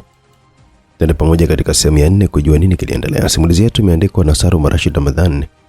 Ipo inasimuliwa na Director Owen kutoka hapa Simulizi Max. Unakuwa unaipata kupitia YouTube channel ya Simulizi Max, WhatsApp 0677 062012. Pia unakuwa unaipata huko kwa uzuri sana. Tunaendelea na simulizi yetu msikilizaji. Frida ametoka kwenye jumba la rais akiwa na picha ya ushindi, akimpigia namba alikuwa amepewa na kujitambulisha. Walikubaliana kuonana kwa ajili ya maongezi zaidi. Frida hakuwa na yana yote ile juu ya kile alichokuwa ameambiwa. Alichoweza kukihitaji yeye ilikuwa ni uponyaji tu wa mwanae. Bosi aliita Modesta na kumshika Saumu begani. Aliyekuwa ameshtuka. Kuna nini? Mbona huko sawa leo? Asijui kuna nini, yani siko sawa kabisa, moyo wangu unaniuma sana. Tamila Junior yuko sawa? Ndio. Basi huenda kuna mtu wako wa karibu sana ambaye ana shida. Mtu wangu wa karibu sana? Modesta bana. Yani kwenye hii dunia hii mimi na Tamila sina uko mimi hata yoyote yule aliyopo hai. Hamna. Kuna mtu wa karibu na wewe sana, tena sana. Yuko hai, alafu pia nikikutizama na uona moshi mweusi ukiwa na kuzunguka, sijui ni kwa nini. Ushaanza stori zako nisizozipenda. Nishakwambia hapa mjini utazibuliwa bure hizo stori zako za kichawi hizo. Wapelekee watu wauke kijini kwetu. Bosi, hujawahi kunichukulia serious. Kwa sababu siamini katika hayo mambo, alafu kesho ni siku ya birthday ya Tamila Junior. Nataka nimfanyie bonge la surprise. Nitamfanyia birthday mwanangu kwenye ukumbi. Anaingiza miaka mingapi? Miaka 6. Alijibu Saumu na Modesta kama ameshtuka kiasi cha kudondosha taulo aliyokuwa amelishika kusafisha pale ndani. Kuna nini? Akauliza Saumu akiwa anamshangaa Modesta. Amna, alijibu Modesta na kuokota kijitaulo kisha kama ondoka nacho na kuelekea kwenye fremu ya vyombo. Huyo anakuaga na matatizo muda mwingine, alijiambia Saumu akiwa anamkaribia mteja ambaye alikuwa akiingia pale. Modesta akiwa yupo kwenye moja kati ya fremu zilizopakana kwenye duka lile la vyombo, alifumba macho yake na aliona sita kwenye kaburi, huku tarehe ya kuzaliwa ikiwa ndo tarehe ya kufa pia. Inamaanisha Tamili Junior anaenda kufariki kesho. Frida alikuwa amefika hadi sehemu ile aliyokuwa ameagizwa na palikuwa na kiti pembeni yake kikiwa kina begi na koti, kiashirio cha kwamba kuna mtu ambaye alikuwa ametoka pale muda sio mrefu. Alitazama ni meza namba ngapi na kukaa pale akiwa anamsubiria mwenyeji wake. Simu huyo ambaye alikuwa ni mwenyeji wake iliita akiwa pale na aligeuka kumtizama kama yuko karibu, lakini hakumuona. Alimaliza kama dakika 10 hivi akiwa yuko pale na ile simu iliita tena, na sasa alisogeza kuitazama nani ambaye alikuwa anapiga na alikuta imekuwa imeseviwa kwa jina Pokea. Alipokea simu ile na kupokelewa na sauti ya mtoto wa kiume nzito. Halo. Halo. Haya. Simu nahitaji moyo wa aina gani? Ni mtoto ana miaka 5, kesho anaingiza miaka 6, blood type ni A, hivyo inai. Sawa, una milioni 50. Pesa ipo, nahitaji tu huo moyo. Chukua hilo begi hapo. Frida alikuwa ameinuka na kuchukua lile begi akalifungua. Pesa utaweka hapo. Advance milioni 30. Asijaje na pesa hapa. Alimwambia hilo. Tunajua Frida Dr. Tamili anaweza kukutumia hapo hapo ulipo. Fanya mpango wa kuweka pesa hapo na baada ya hapo nitakuletea majina ya dana ambao wewe utamchagua mmoja kwa ajili ya mwanao. Sawa. Alijibu Frida na simu imekatwa. Alirudisha na kuiweka mezani na kuondoka na lile begi tupu. Alienda moja kwa moja benki na kukomba pesa zake alizokuwa amezihifadhi. Hakutaka kabisa hilo swala amshirikishe Tamili kwa njia yote ile, kwani anamfahamu vizuri, asingeweza kukubali. Alirudi na pesa hadi pale kwenye ile hoteli na kuweka begi mezani. Simu iliita alipofika tu. Esikuzani kama ingelikuwa ni haraka hivi. Nahitaji huo moyo ikiwezekanika leo kwa ajili ya binti yangu. Sauti nzuri tabasamu na kumwambia, hivyo sivyo tunavyofanya biashara. Wewe ndiye unayepaswa kusikiliza oda kutoka kwangu, sawa?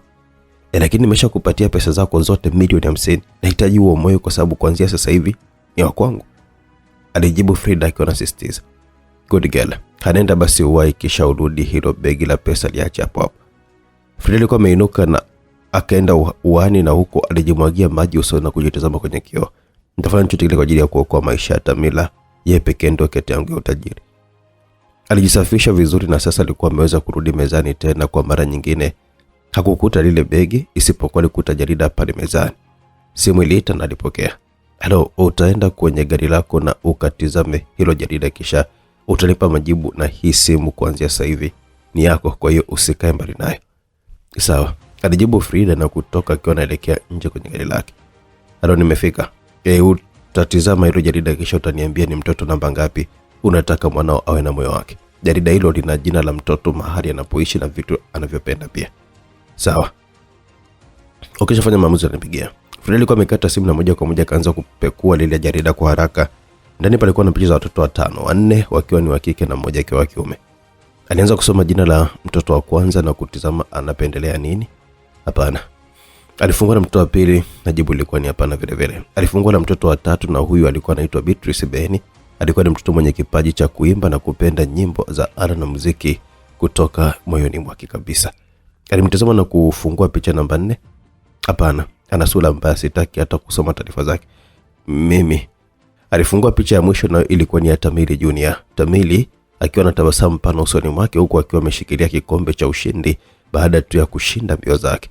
Alisoma taarifa zake na kuona amezaliwa siku moja na aliozaliwa mwanae. Alisoma alichokipenda na ilikuwa ni michezo haswa kwa kukimbia na ameshinda medali kibao. Alitabasamu na kugusa picha ya Tamili Junior upande wa moyo hapo hapo. Alitabasamu na kugusa picha ya Tamili Junior upande wa moyo hapo hapo. Alipiga simu na kumwambia, mtoto namba 5. Sawa, kesho moyo utakuwa tayari. Pembeni ya ulipopaki gari kuna dustbin. Fungua na uweke hapo hilo jarida. Frida alikuwa amefanya alichokuwa ameambiwa, na hapo hata ungemuuliza jina la mtoto anayetaka kutolewa moyo kwa ajili ya mwanae ni nani, wala hata singeweza hata kukujibu chochote kile. Cha muhimu kwake yeye ilikuwa ni kupata moyo mzuri kwa ajili ya mwanae huyo feki. Tamiri anapenda sana michezo na huyu Tamila kama akiweka moyo huu basi naye pia atapenda. na hapo nafasi ya mimi kuwa karibu na Tamili itaongezeka baada hili kupita. Dr. Davis alimshika Dr. Tamili begani na Tamili alikuwa amefuta machozi yake. Unatia aibu ndugu yangu. Hebu tizama, upo corridor ya VIP na watu wanapita kwenda kuwatizama wagonjwa wao, alafu wewe daktari mzima umesimama hapo na mlilia binti yako. Kuna muda najiuliza, huu daktari wangu unanisaidia nini ikiwa naona kabisa uhai wa mwanangu unateketea mbele ya macho yangu na siwezi kabisa kufanya chochote kile. Amebakiza wiki 2 tu afariki. Au usiseme hivyo bwana. Unajua ya Mungu ni mengi. Na hata dakika moja tu kwa Mungu ni nyingi sana. Anaweza tu akapindua hadi ukashangaa. Asioni dalili ya mwanangu kubaki hai. Nimepiga hospitali zote na hakuna hata mmoja mwanae ambaye anakufa na yuko tayari kunipa moyo wake. Wanakufa wengi tu ambao hawawezi hata kudonate moyo wangu. Mwanangu.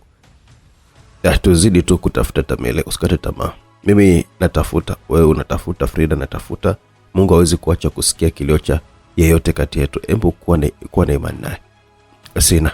Alijibu Tamili kirahisi sana na kuweka mkono kwenye kioo akimtazama mwanae ambaye alikuwa kwenye hali ya maututi. Nimepoteza watoto wawili na sasa hivi naenda kumpoteza huyu wa tatu nikiwa sina namna ya kufanya, na bado unataka nimwamini huyu Mungu ambaye ananinyang'anya mimi hata hichi kidogo nilicho nacho kwenye maisha yangu.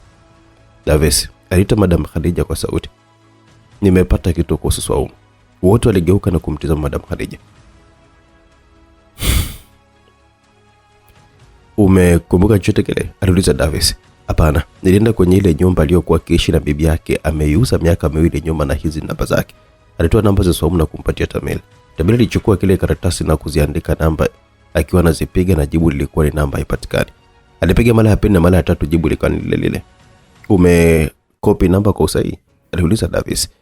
Kwa hiyo mimi niko busy kutafuta namna ya kuokoa maisha ya mtoto na wewe uko busy kumtafuta huyo Swaumu wako, si ndio? Hiyo ilikuwa ni sauti ya Frida akizungumza nyuma ya Tamili. Tamili akageuka na kumtizama. Nilijua tu mwanangu ya kuumi kwa sababu una watoto wengine wawili kwa mwanamke unayempenda, huyu sio chochote kwako isipokuwa mzigo tu. Yao maneno yametokea wapi tena hapa? Akauliza Tamili. Nitamchukua mwanangu nitampeleka hospitali nyingine na kesho atabadilishwa moyo wake, na wewe endelea tu kumtafuta huyo Swaumu mwenye watoto wazima. Huyu marehemu wangu mtarajiwa niachie mimi. Lakini mbona kama umefika mbali hivyo? Akauliza Davis. Huko karibu ni wapi? Uko busy wewe na mkeo, kazi yenu ni kumtafutia Tamili tu mwanamke mwingine wala hata mjali mimi. Najisikiaje moyoni mwangu, cha msingi nyie ni kumfurahisha tu Tamili. Sasa kama upendo ni lazima, aliuliza Madam Khadija. Ndio maana Mungu amekunyima watoto, kwa hiyo roho yako mbaya hutakaa upate abadani kwa sababu mwanangu anapumulia oksijeni, wewe uko busy kumtafutia babake mwanamke mwingine. Wadanganya wao, nilikuona mimi hukuwa na mimba yote ile. Huyo mtoto sio wako wala wa Tamili. Kwa hiyo hata usimpe uchungu Tamili asionao. Khadija, nyamaza. Davis alimtaka mkewe nyamaze. Ni nyamaze nini? Mimi nashangaa kwa nini anawapanda kichwani na mnatulia tu. Mr. Tulia alipenda akapompatia Tamili watoto wake wa ukweli na sio huyo aliyembapikia tu, na sijui umemtolea wapi mtoto mdogo tali ana matatizo ya moyo. Hebu twende. Davis alikuwa amemshika mkono na kumuondoa pale mkewe. Na hii ndio furaha yako. Mimi kuzalilishwa na kila atakayejisikia kunizalilisha. Naingia kwenye hospitali hakuna hata mmoja anayenipa heshima kama mama wa mwanao, wote wananiona kama kawaida tu. Au na wewe unafikiria kwamba Tamira sio mtoto wako? Au siniweke maneno ya mtu mwingine mdomoni mwangu tafadhali, aliomba Tamili. Namchukua mwanangu kwa sababu hawezi kuwa salama kwenye ofisi yako, na nikihangaika na huyu mtoto mwenyewe hadi akapona Tamili. Huyu mtoto hata akutambue kama babake, watafute hao watoto wa Swaumu ambao ndo uzazi wako na ndio unaowapenda. Au sione kama sifanye jambo. Nimejaribu Frida na ninaendelea kutafuta, lakini sio rahisi kuupata. Nimeweka masikio yangu kila pahala ila bado ni vigumu. Hujajaribu Tamili kwa ugumu. Kitu pekee ambacho unakifanya na kujaribu kwa ugumu ni kumtafuta Swaumu zaidi ya miaka 5, lakini sio kupambania uhai wa binti yako. Frida alimpokonya kile karatasi chenye namba za Swaumu na kuondoka nacho. Aliingia uwani na kupiga zile namba na jibu lilikuwa namba haipatikani. Alimpigia simu mamake. Hello. Nina kazi kwa ajili ya Mr. Tatu. Nataka aende kwenye ile nyumba ya Swaumu ile iliyopo mjini, kisha amuulizie jirani yote kuhusu taarifa za Swaumu, na atakayejibu amuue. Afanye hivyo kwenye ile nyumba ya kijijini. Kumetokea nini tena wani? Tamila amepewa namba za Swaumu na mmoja kati ya majirani, mpaka sasa hivi hii namba haipatikani. Kipatikana tu mimi nitadili na huyo Swaumu mwenyewe. Modesta, mfanyakazi wa Swaumu, alipomwona Tamila Junior mbele yake aliyetoka shule aliona tukio la Tamile Junior akiwa amelazwa kwenye kitanda huku damu zikimchuluzika na madaktari wawili wakiwa eneo lile. Auntie Modesta aliita Tamile Junior alikuwa amekwisha kumfikia Modesta. Modesta alishtuka na Swaumu aliliona hilo. Haya mganga wa kienyeji, umeona nini tena? Mbona umeshtuka hivyo? Aliuliza Swaumu akiwa anamtania Modesta. Kuna kitu hakipo sawa bosi. Moshi mweusi umehamia kwa Tamile Junior au? Dada, hii ni serious, sio kama ile ndoto ya mwanzo ndio hata nikakwambia. Ameota nini? Akauliza Tamile Junior. Achana na anti yako huyu mwenye ndoto zake za mchana. Swaumu alikuwa amempuza Modesta na kuondoka na mwanae. Leo umesoma nini mwanangu? Oho, hii namba nimemwandikia vibaya, huku mwisho ni 01 na sio 10. Sasa sijachukua hata namba za huyo mwanaume aliyekuja hapa, ingekuwa rahisi mimi kuweza kumpigia na kumsahisha kwenye namba.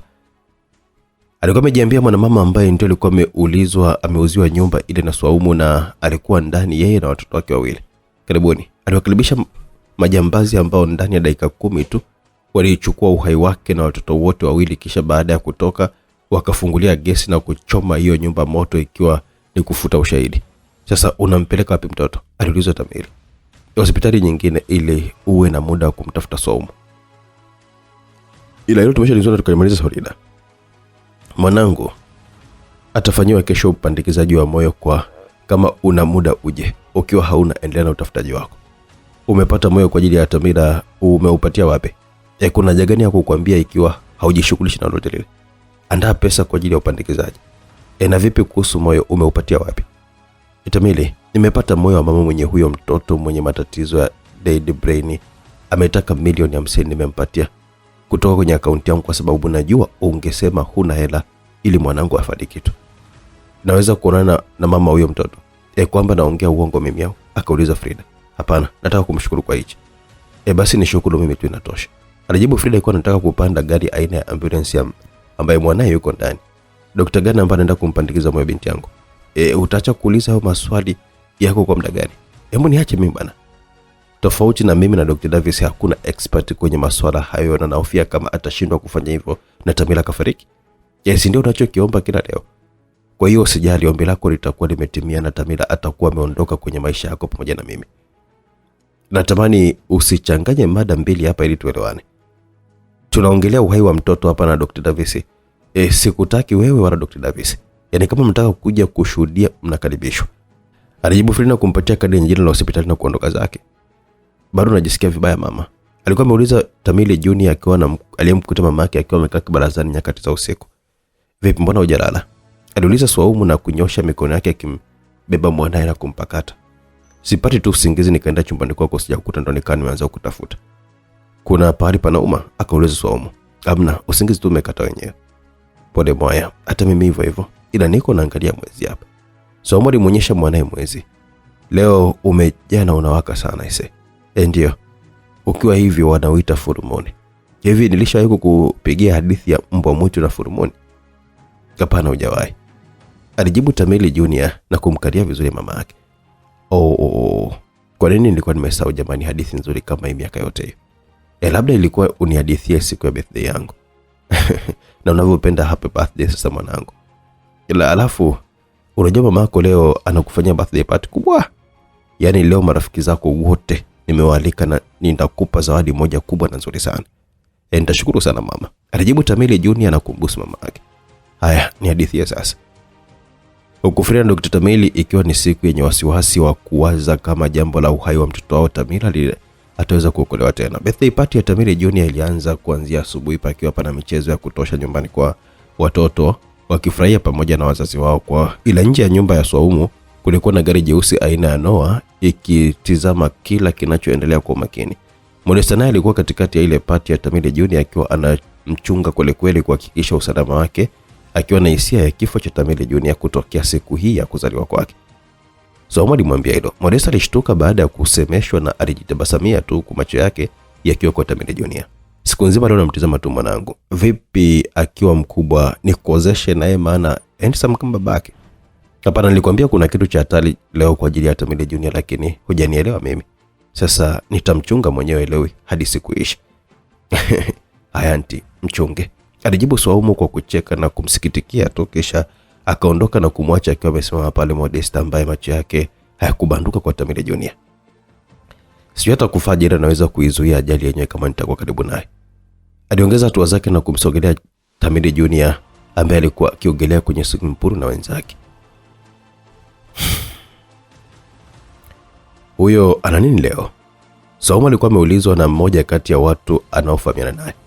Mwenzangu aisee, mwezi ukishaandama yani ndo napata shida kama hizo sasa.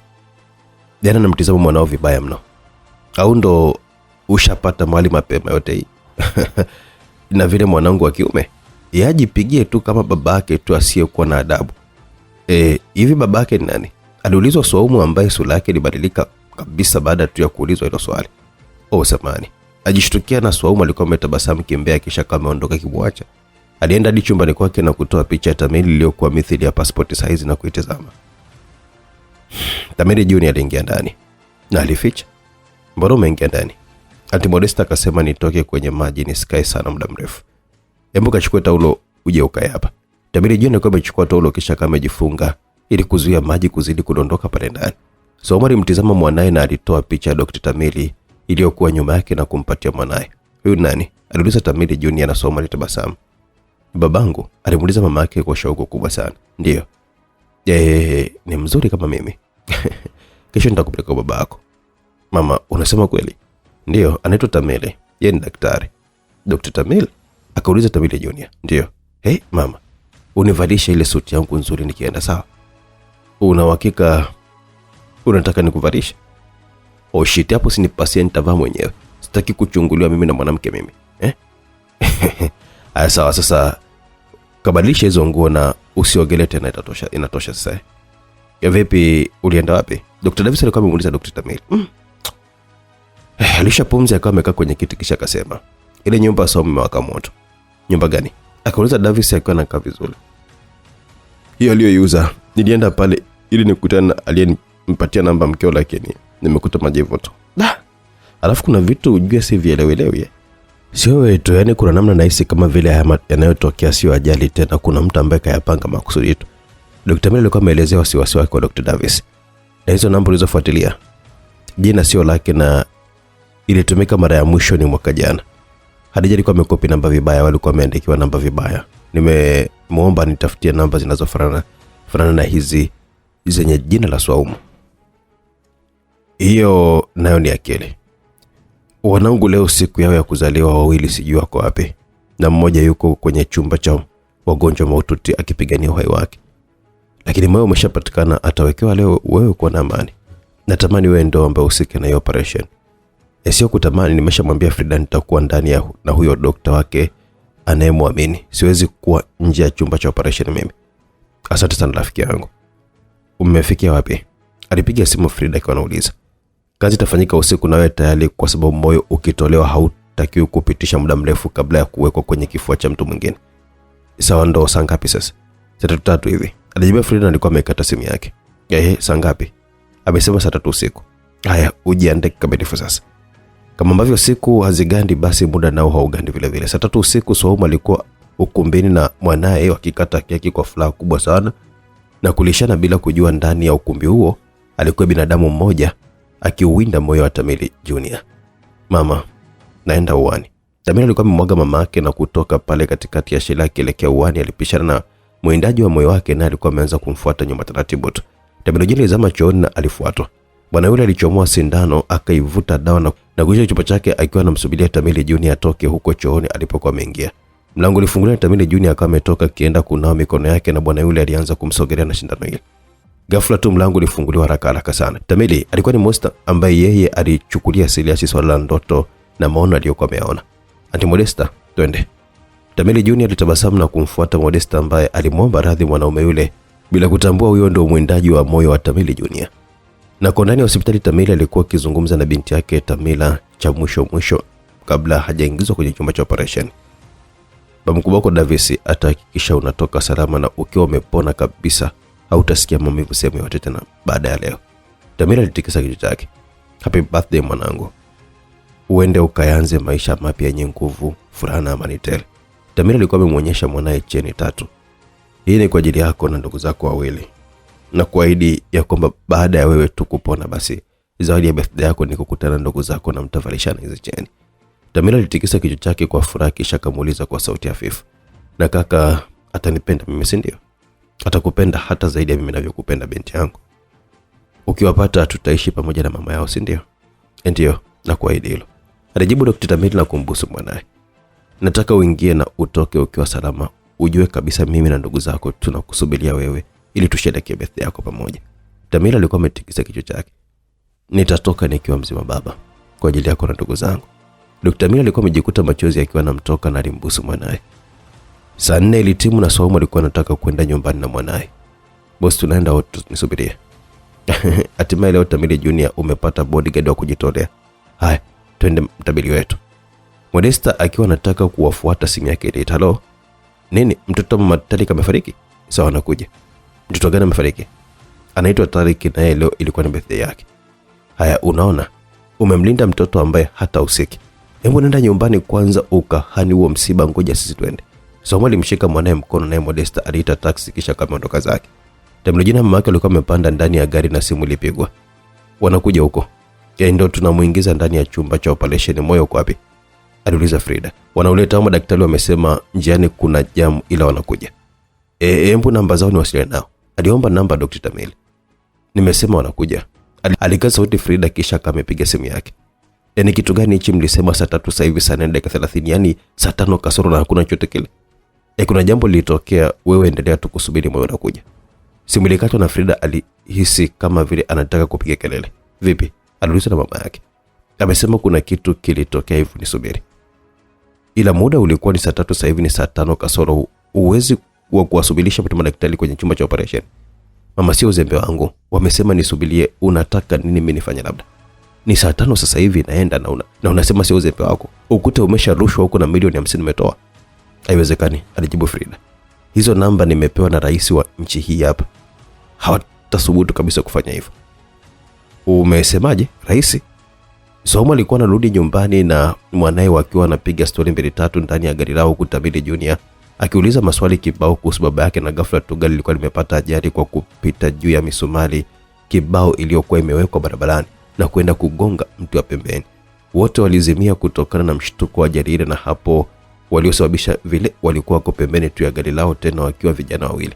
Mmoja alishuka na kwenda kufungua mlango wa gari kwa kupasua, kwani ulijilock. Hivyo alivunja kioo akatoa lock kwa ndani na kufungua. Alifungua mkanda wa Tamila Junior na kumbeba akimtoa kwenye gari la mama yake na kumpeleka kwenye gari lao, kisha wakaondoka naye huku Saumu akiwa bado mzima. Saumu alipata fahamu zake baada ya kama dakika 2. Alifungua macho yake taratibu na kujishika kichwa. Tamila aliita jina la mwanae akigeuka sita alikuwa amepaswa kuwepo na ilikuwa ni empty. Tamila alikuwa ameita tena kwa mawenge akitizama nyuma ya gari alikohisi huenda amekaa huko na bado hapakuwa na mtu. Aliona mlango wa upande wa Tamila ukiwa wazi na alijivuta akajitoa kupitia upande huo. Alijikata na kioo, na hapo ndipo alipogundua kuwa kioo cha gari kimepasuka. Alitoka nje kwa kudondoka chini akiwa bado hana nguvu kutokana na ile ajali. Tamila aliita Saumu na kuanza kuzunguka akiwa anamtafuta mwanae. Alizunguka gari lake kama kichaki na machini na ya uvungu na kuzidi kutafuta maeneo ya jirani akiwa anaita jina la mwanae, na mbingu nayo haikuweza kumwacha. Ngurumo na radi zilikuwa zinaanza kusikika, ishara ya mvua kubwa kutaka kunyesha. Pole sana kwa kifo cha Tariq. Hapana, sio yeye, na mwanangu mkubwa nilimzaa usichana ndo amefariki. Unasema? Akauliza Modesta baada ya kufika msibani. Sio Tariq, ndadake, na Tariq ana watoto wawili sasa. Ndoto ya Modesta ikamrejesha tena na alisema Tamila Junior, kisha akatoa simu yake kwenye pocha akampigia simu Saumu ambaye hapo ndipo alipogundua kwamba ana simu. Akarudi kwenye gari. Hello Modesta, Tamila wangu hayupo. Ameenda wapi? Sielewi, tumepata ajali hapa njia panda na mtafuta mtoto wangu simuoni. Alijibu Saumu kana sisitiza. Nakuja, nisubiri. Modesta alikata simu yake na mbio aliwahi taxi kama usafiri ili umpeleke huko. Saumu alimpigia sasa simu mwanae iliyoita ikiwa mfukoni mwake na akiwa yupo katikati ya safari kupelekwa huko anakopaswa kupelekwa ili akafanywa upasuaji. Tamila Junior naye fahamu zilianza kumjia baada ya simu yake kuita.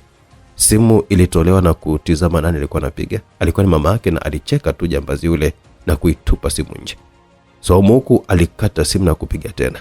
Kuna beli ya polisi huku. Wetulia. Kaficha ukatotoka na damu. Dereva alikuwa amemwambia hivyo kijana ambaye alikuwa amekaa nyuma ya Tamila. Walifika kwenye beli ya polisi na polisi mmoja alimulika dereva.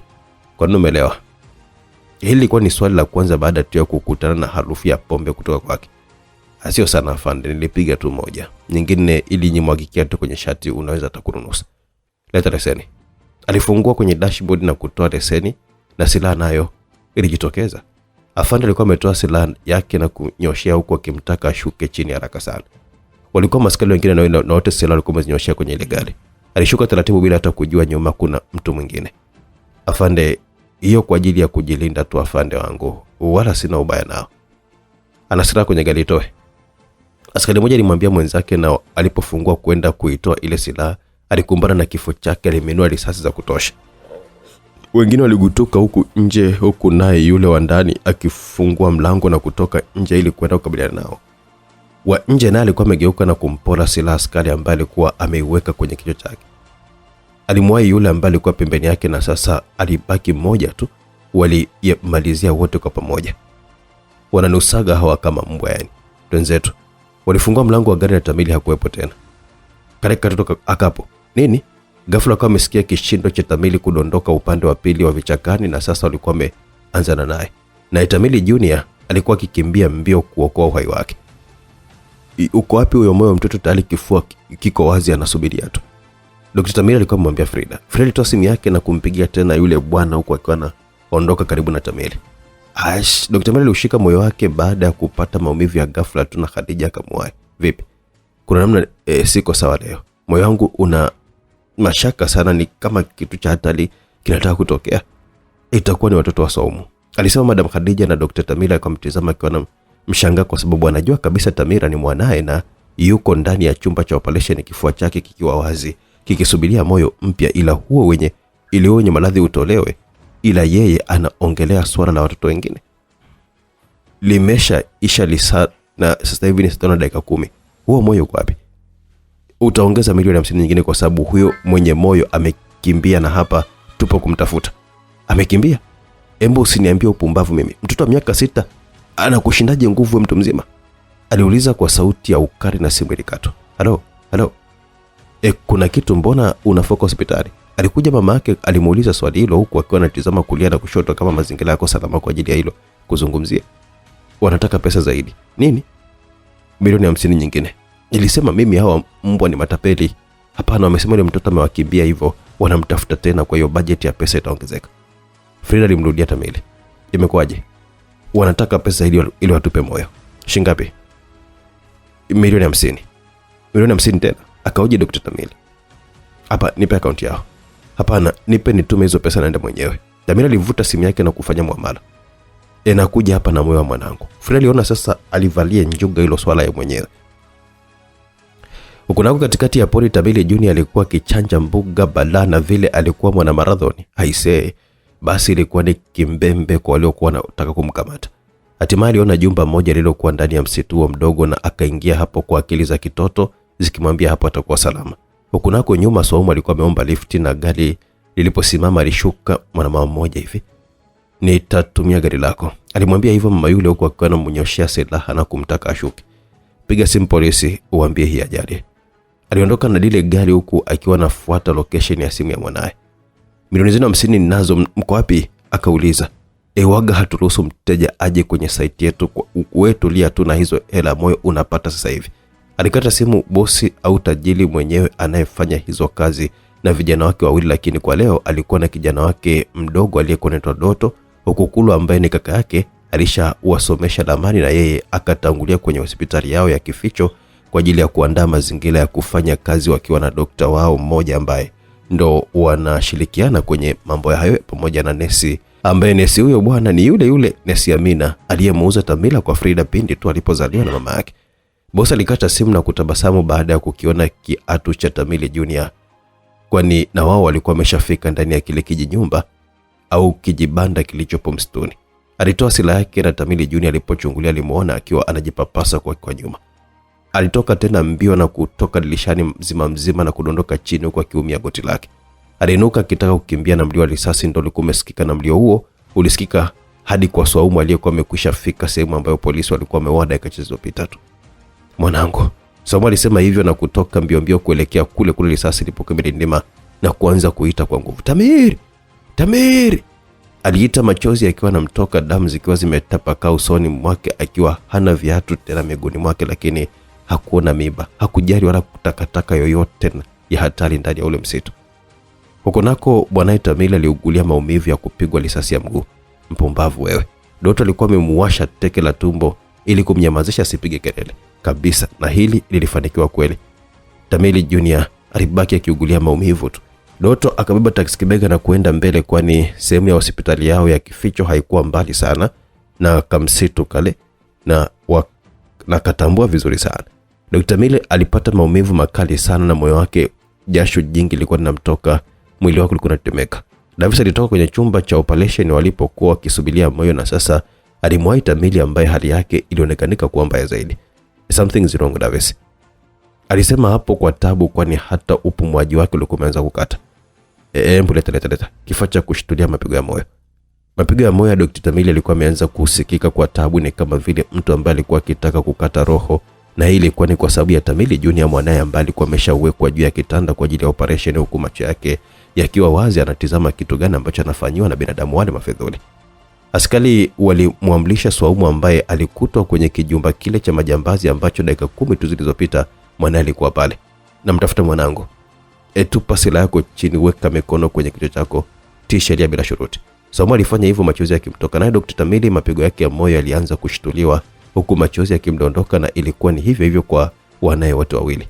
Tamili Junior aliona kisu kikipitishwa kwenye upande wa moyo wake kikichana sehemu hiyo, na Tamila naye akiwa ndani ya chumba cha operation, mipira sahihi ilikuwa iko kinywani mwake, ila chozi lake lilienda hadi kwenye masikio yake. Alikuwa analia Tamila.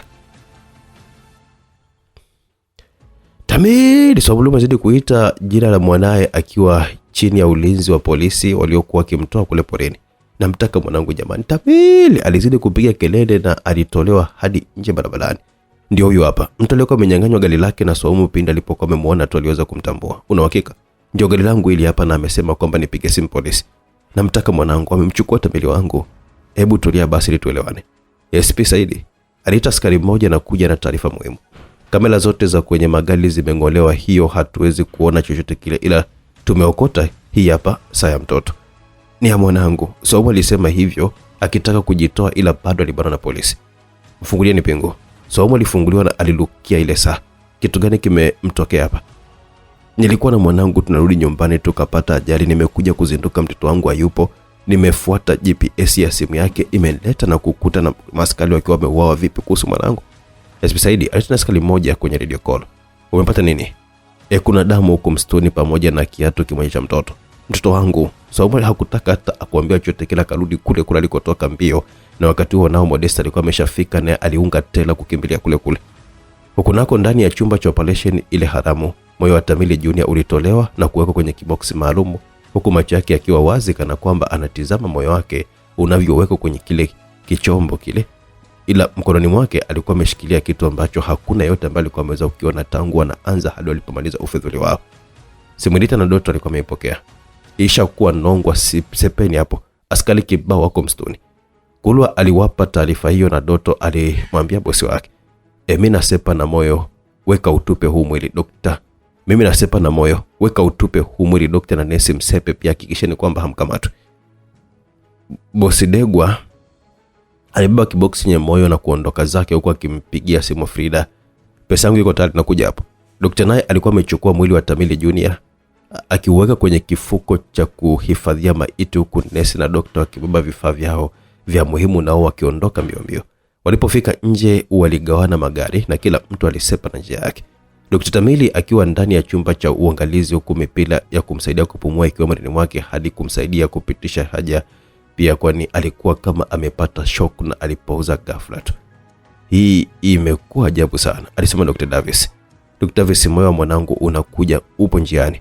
Sawa, alijibu Dr. Davis akimtazama Frida mwenye tabasamu, ili hadi Dr. Tamili yupo katika hali isiyomfanya yeyote yule ajenge tabasamu usoni mwake. Tamili aliita zaidi Swaumu akiwa ameshika kiatu cha mwanae. Embo kiatu. Modesta alikuwa amemfuata na SP Saidi alitaka ashikwe, kwani polisi walikuwa wanataka kumzuia.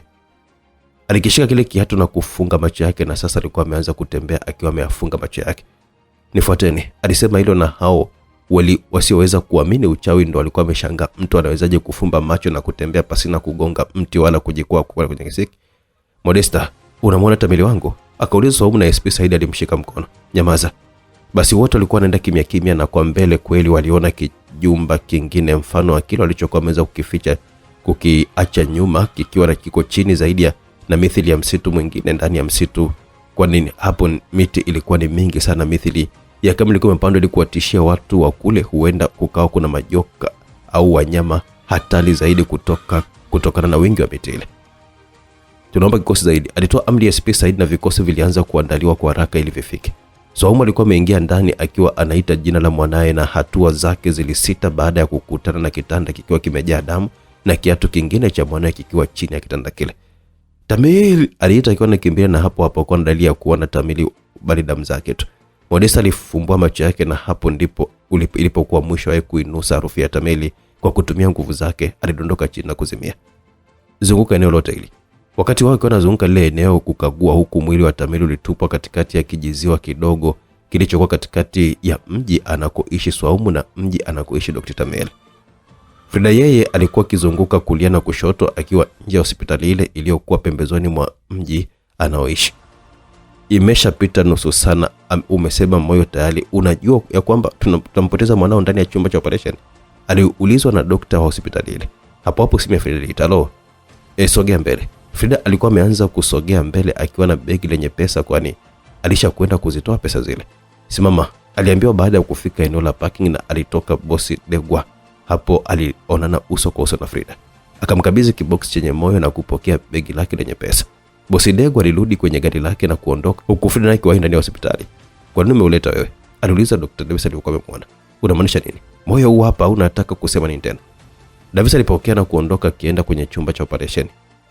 Amekuja? Akauliza Dr. Frida mama yake.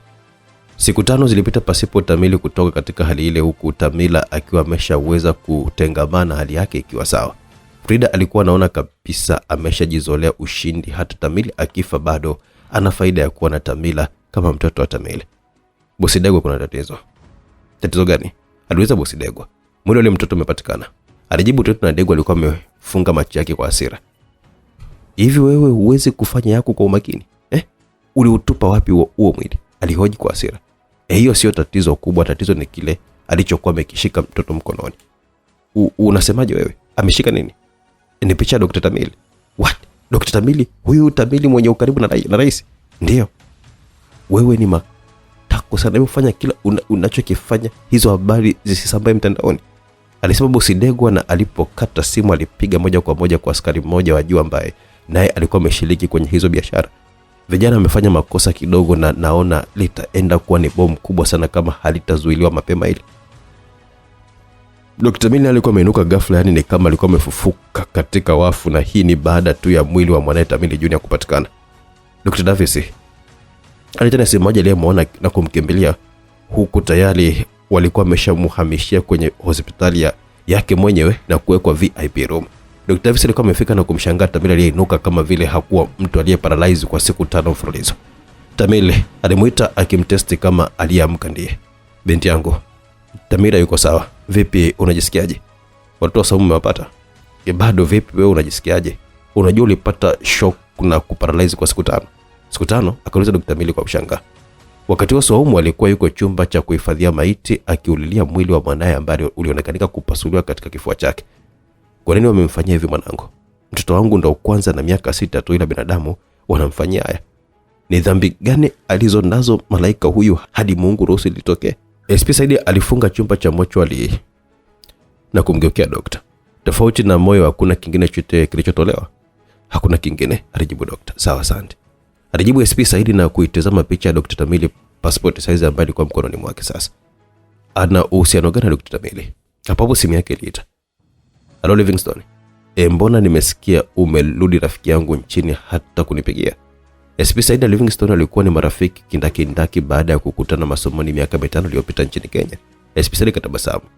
Ila sijarudi siku nyingi rafiki yangu, nina kama wiki tu hapa jijini, nikasema kwamba nikitulia nikutafute. Vipi bado haujaelewanaga tunayoka kaka Tamili?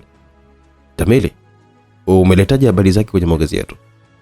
Nilishakwambia hilo ndio moja kati ya tukio ambalo linaniumiza sana kwenye maisha yangu. Kakaangu, mtu ambaye nilimchukulia kama kaka mimi, ananichukuliaje demu wangu na kumtia mimi?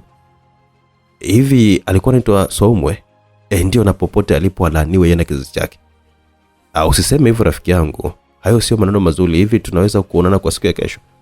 Alisiuliza ASP Saidi ambaye alikuwa ametaka sasa kufanya upelelezi wake wa kuunganisha doti. Ndio, uko wapi nikufuate? Hapana, usijali, nitakufuata tu kwa sababu unajua unapoishi. Ila nyie maskari bwana, mna vimbinu vyenu navipenda sana eti. Hatuwazidi nyie bwana sasa hivi, na kuona unavyo trend mitandaoni huko, yani umekuja kuwa superstar. Ila mwanangu, unajua kuigiza sana hisi, yani mimi ni shabiki yako ujue. Hata mimi ni shabiki yako pia, alijibu Kingston na kucheka. Haya basi, tuonane kesho.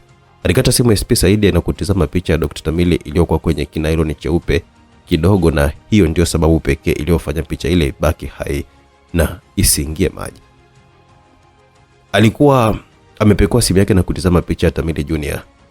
Akafananisha picha zao. Amefanana babake kila kitu. Ni nani huyo anemchezea Simba aliyelala sharubu? Alijiuliza SP Saidi, akiwaza nani ambaye amethubutu kumua mtoto wa Dr. Tamili ambaye ana ukaribu sana na rais wa nchi yao. Frida alita mamake akiwa anakuja mbio. Umefanya nini wewe mpumbavu? Frida alitazama chumba cha binti yake kilichokuwa wazi na kumtoa mamake nje. Kuna nini? Yule mtoto uliyesema moyo wake uchukuliwe, unajua ni mtoto wa nani? Hapana, sikusoma mimi taarifa zake. Ni mtoto wa Tamiri. Tamiri gani? Aliuliza Frida. Mtoto wa Swaumu na Tamili. Unasemaje mama? Tamili atakuwa wewe na huyo mtoto wako? Mamake alimalizia kauli hiyo huku akiwa anamuonyesha taarifa za habari zilizokuwa zinaonyesha mwili wa Tamili Junior uliookotwa na mkononi mwake, akiwa hapa na picha ya Dr. Tamili, huku akijiuliza ana mahusiano gani na Dr. Tamili. Frida miguu ilikuwa imemwisha nguvu na alikuwa amekaa chini moja kwa moja. Sema kimeumana. Aya bana. Ghafla tu habari zile zikawa zimefutika pale pale. Hii ni nini? Akauliza Nesi Amina ambaye alishangaa baada ya taarifa kukatika pale pale. Huyo ni yule Swaumu nimemwona au? Yaani ina maana kuna nini? Aliuliza Dr. Hassan, naye alikuwa ni mume wa Nesi Amina na ndio alikuwa anapiga hizo dili kwa pamoja. Hamna, nilikuwa naziona taarifa za yule mtoto mtandaoni, ghafla tu zikafutika. Mtoto gani? Akauliza Dr. Hussein. Yule tuliyemtoa moyo juzi. Taarifa zake zimerushwa. Ndio, polisi walipata mwili, ila bosi Degu anaona akashughulikia zimefutwa kabla zijasambaa sana. Na hamishwa mkoa? Aliuliza SP Saidi. Saini. Lakini mbona ndo nimeanza? Saini kijana, na kesho uondoke. Kesi zote ulizokuwa nazo utanikabidhi mimi hadi sehemu ya uchunguzi ulipofikia. Lakini niache nimalizie kesi niliyoanza mkuu. Hivi unayafahamu majukumu ya ASP? Maana na kuona kazi unazofanya na jukumu lako ni tofauti kabisa. Nafahamu CP. Haya, saini hapa, na sio kwamba eti na kuhamishia mbali, hapana. Utahamia mkoa jirani tu hapo mjini kwa sababu uhalifu umezidi. SP Saidi alipokea kalamu na kusaini. Kesi zote faili zake nazitaka hapa. Ndio CP. Alitoa heshima ASP Saidi na kutoka ofisini. Nimeona taarifa za habari. Hivi na yeye balagani mbona umesababishia wewe? Akauliza bosi Dego. Hizi taarifa sitaki zifike popote na huyo mwanamke muue. Alitoa amri ya Frida. Mimi sifanye kazi ya kuua watu, na tena ukome kuipiga hii namba, mimi na wewe tumeshamalizana. Bosi Dego alikuwa amekata simu na kutoa line kisha ameingata. Hapatikani. Frida mwambie mama yake. Kwani hilo faili halionyeshi anakaa wapi? Frida mkononi mwake alikuwa ameshika karatasi ambalo lilikuwa na taarifa za Tamili Junior na hakuweza kuzisoma hapo mwanzo. Mama yake alikuwa amechukua na kuanza kusoma. Jina Tamili Junior Tamili. Ila mwanangu, unajua unafanya vitu vyako vya kukurupuka sana wewe. Hata hili jina tu lishindwa kabisa kulisoma tu kapata mashaka labda. Mama, niache, ninachowaza hapa ni kama hizi habari zimemfikia Tamili au Davis. Shukuru Mungu zimefutwa dakika kadhaa tu baada ya kuwa mtandaoni. Vipi kama Madam Khadija ameona? Hata kuwa na ushahidi wowote ule, na unajua bado kumbukumbu zake hazijaweza kurudi tangu ile ajali, hivyo hakuna atakayemwamini. Jina la mama Swaumu Ali. Tarehe kuzaliwa tarehe 14 mwezi wa 6. Wewe, huyu mtoto wa Swaumu mzaliwa siku na Tamila? Mama, hebu angalia kama kuna makazi hapo, usinichanganye. Hamna, alijibu mama yake. ila sio mbali na hapa, na huu mwili kama wameutupia hapa. Ngoja. Yaani tuhangaike na jina tunalo. Ngoja nimpe kazi Mr. Tatu. Dr. Tamila alikuwa ameingia chumbani kwa binti yake Tamila akiwa amejipumzisha kwa amani kabisa. Alimpapasa kitabasamu na kuzuia machozi yake kutoka. Aliweka mkono wake upande unaokaa moyo na kusema, haya, nashukuru kwa kuwa umempa mwanangu nafasi ya kuishi tena japo wewe umefariki. Nashukuru kwa kuwa umempa mwanangu nafasi ya kuishi tena japo umefariki, na ahidi kuutunza moyo uliopo ndani ya mwili wa mwanangu. Tamila alikuwa amesikia sauti ya baba yake akiwa usingizini, aliita, baba. Ndio binti yangu, babako niko hapa, ala sasa. Davis, nimeona habari za mtoto wa Tamili mara zikapotea. Davis alimazisha mkewe na kumtoa nje ya nyumba ya Tamili, akiingia naye ndani ya gari lake. Kuna nini? Nimeona video hapa ya mtoto wa kiume wa miaka 6 akitolewa kwenye ziwa la katikati ya jiji. Mkononi alikuwa ameshika picha ya Dr. Tamili. Huhisi kama ni mtoto wa Swaumu? Dr. Davis alikuwa amemtazama mkewe Khadija. Uniamini akauliza Khadija. Dr. Davis hakumjibu kitu. Mume wangu nakwambia ukweli eti. Kaleta hiyo video nione. Wameshaifuta ipo tena, alijibu Khadija. Mke wangu, alita Davis. Uniamini Davis? Embo swala la Tamili na Swaumu achana nalo kabisa. Nataka ni kufungulia biashara ufanye. Lakini acha, sitaki tena hizo habari. Tumemaliza ile jambo. Dr. Davis alimwambia hilo Khadija. Lakini wewe sitaki wewe, alisema Dr. Davis. Haya, alijibu Khadija, ila ndani ya moyo wake hakukubaliana na hilo, na hiyo kauli ya mumewe aliapa kufuatilia mwenyewe. Wewe ndio mama mtoto? Ndio. Saini hapa ili tukupe mwili. Sitamzika mwanangu hadi pale moyo utakapokuwa umeletwa kwenye mwili wake. Mtoto ameshakaa kwenye maji kwa siku 5, bado unataka kumuozesha tena kwenye freezer? Wewe ni mama yake kweli? Akaulizwa Swaumu. Machozi yalimtoka na alishindwa kujibu swali hata moja alilokuwa ameulizwa. Saini uchukue mwili wa mwanao. Swaumu alipewa kalamu na kulazimishwa kusaini. Alisaini bila kujua alichokuwa amekisaini hakikuwa na uhalisia. Mwanae Tamili aliandikiwa amekufa kifo cha kawaida, tena wakiweka ugonjwa wa malaria. Haya, chukua maiti ya mwanao na uondoke nayo. Waislamu waweki sana maiti, tena uizike leo hihi, usimtese mtoto hivi. Swaumu na hata mkuu wa polisi ile alikuwa ameshurutishwa kutoa maelezo ya uongo kwenye ripoti ya Tamili Junior. Tutakubebea maiti, kwako ni wapi?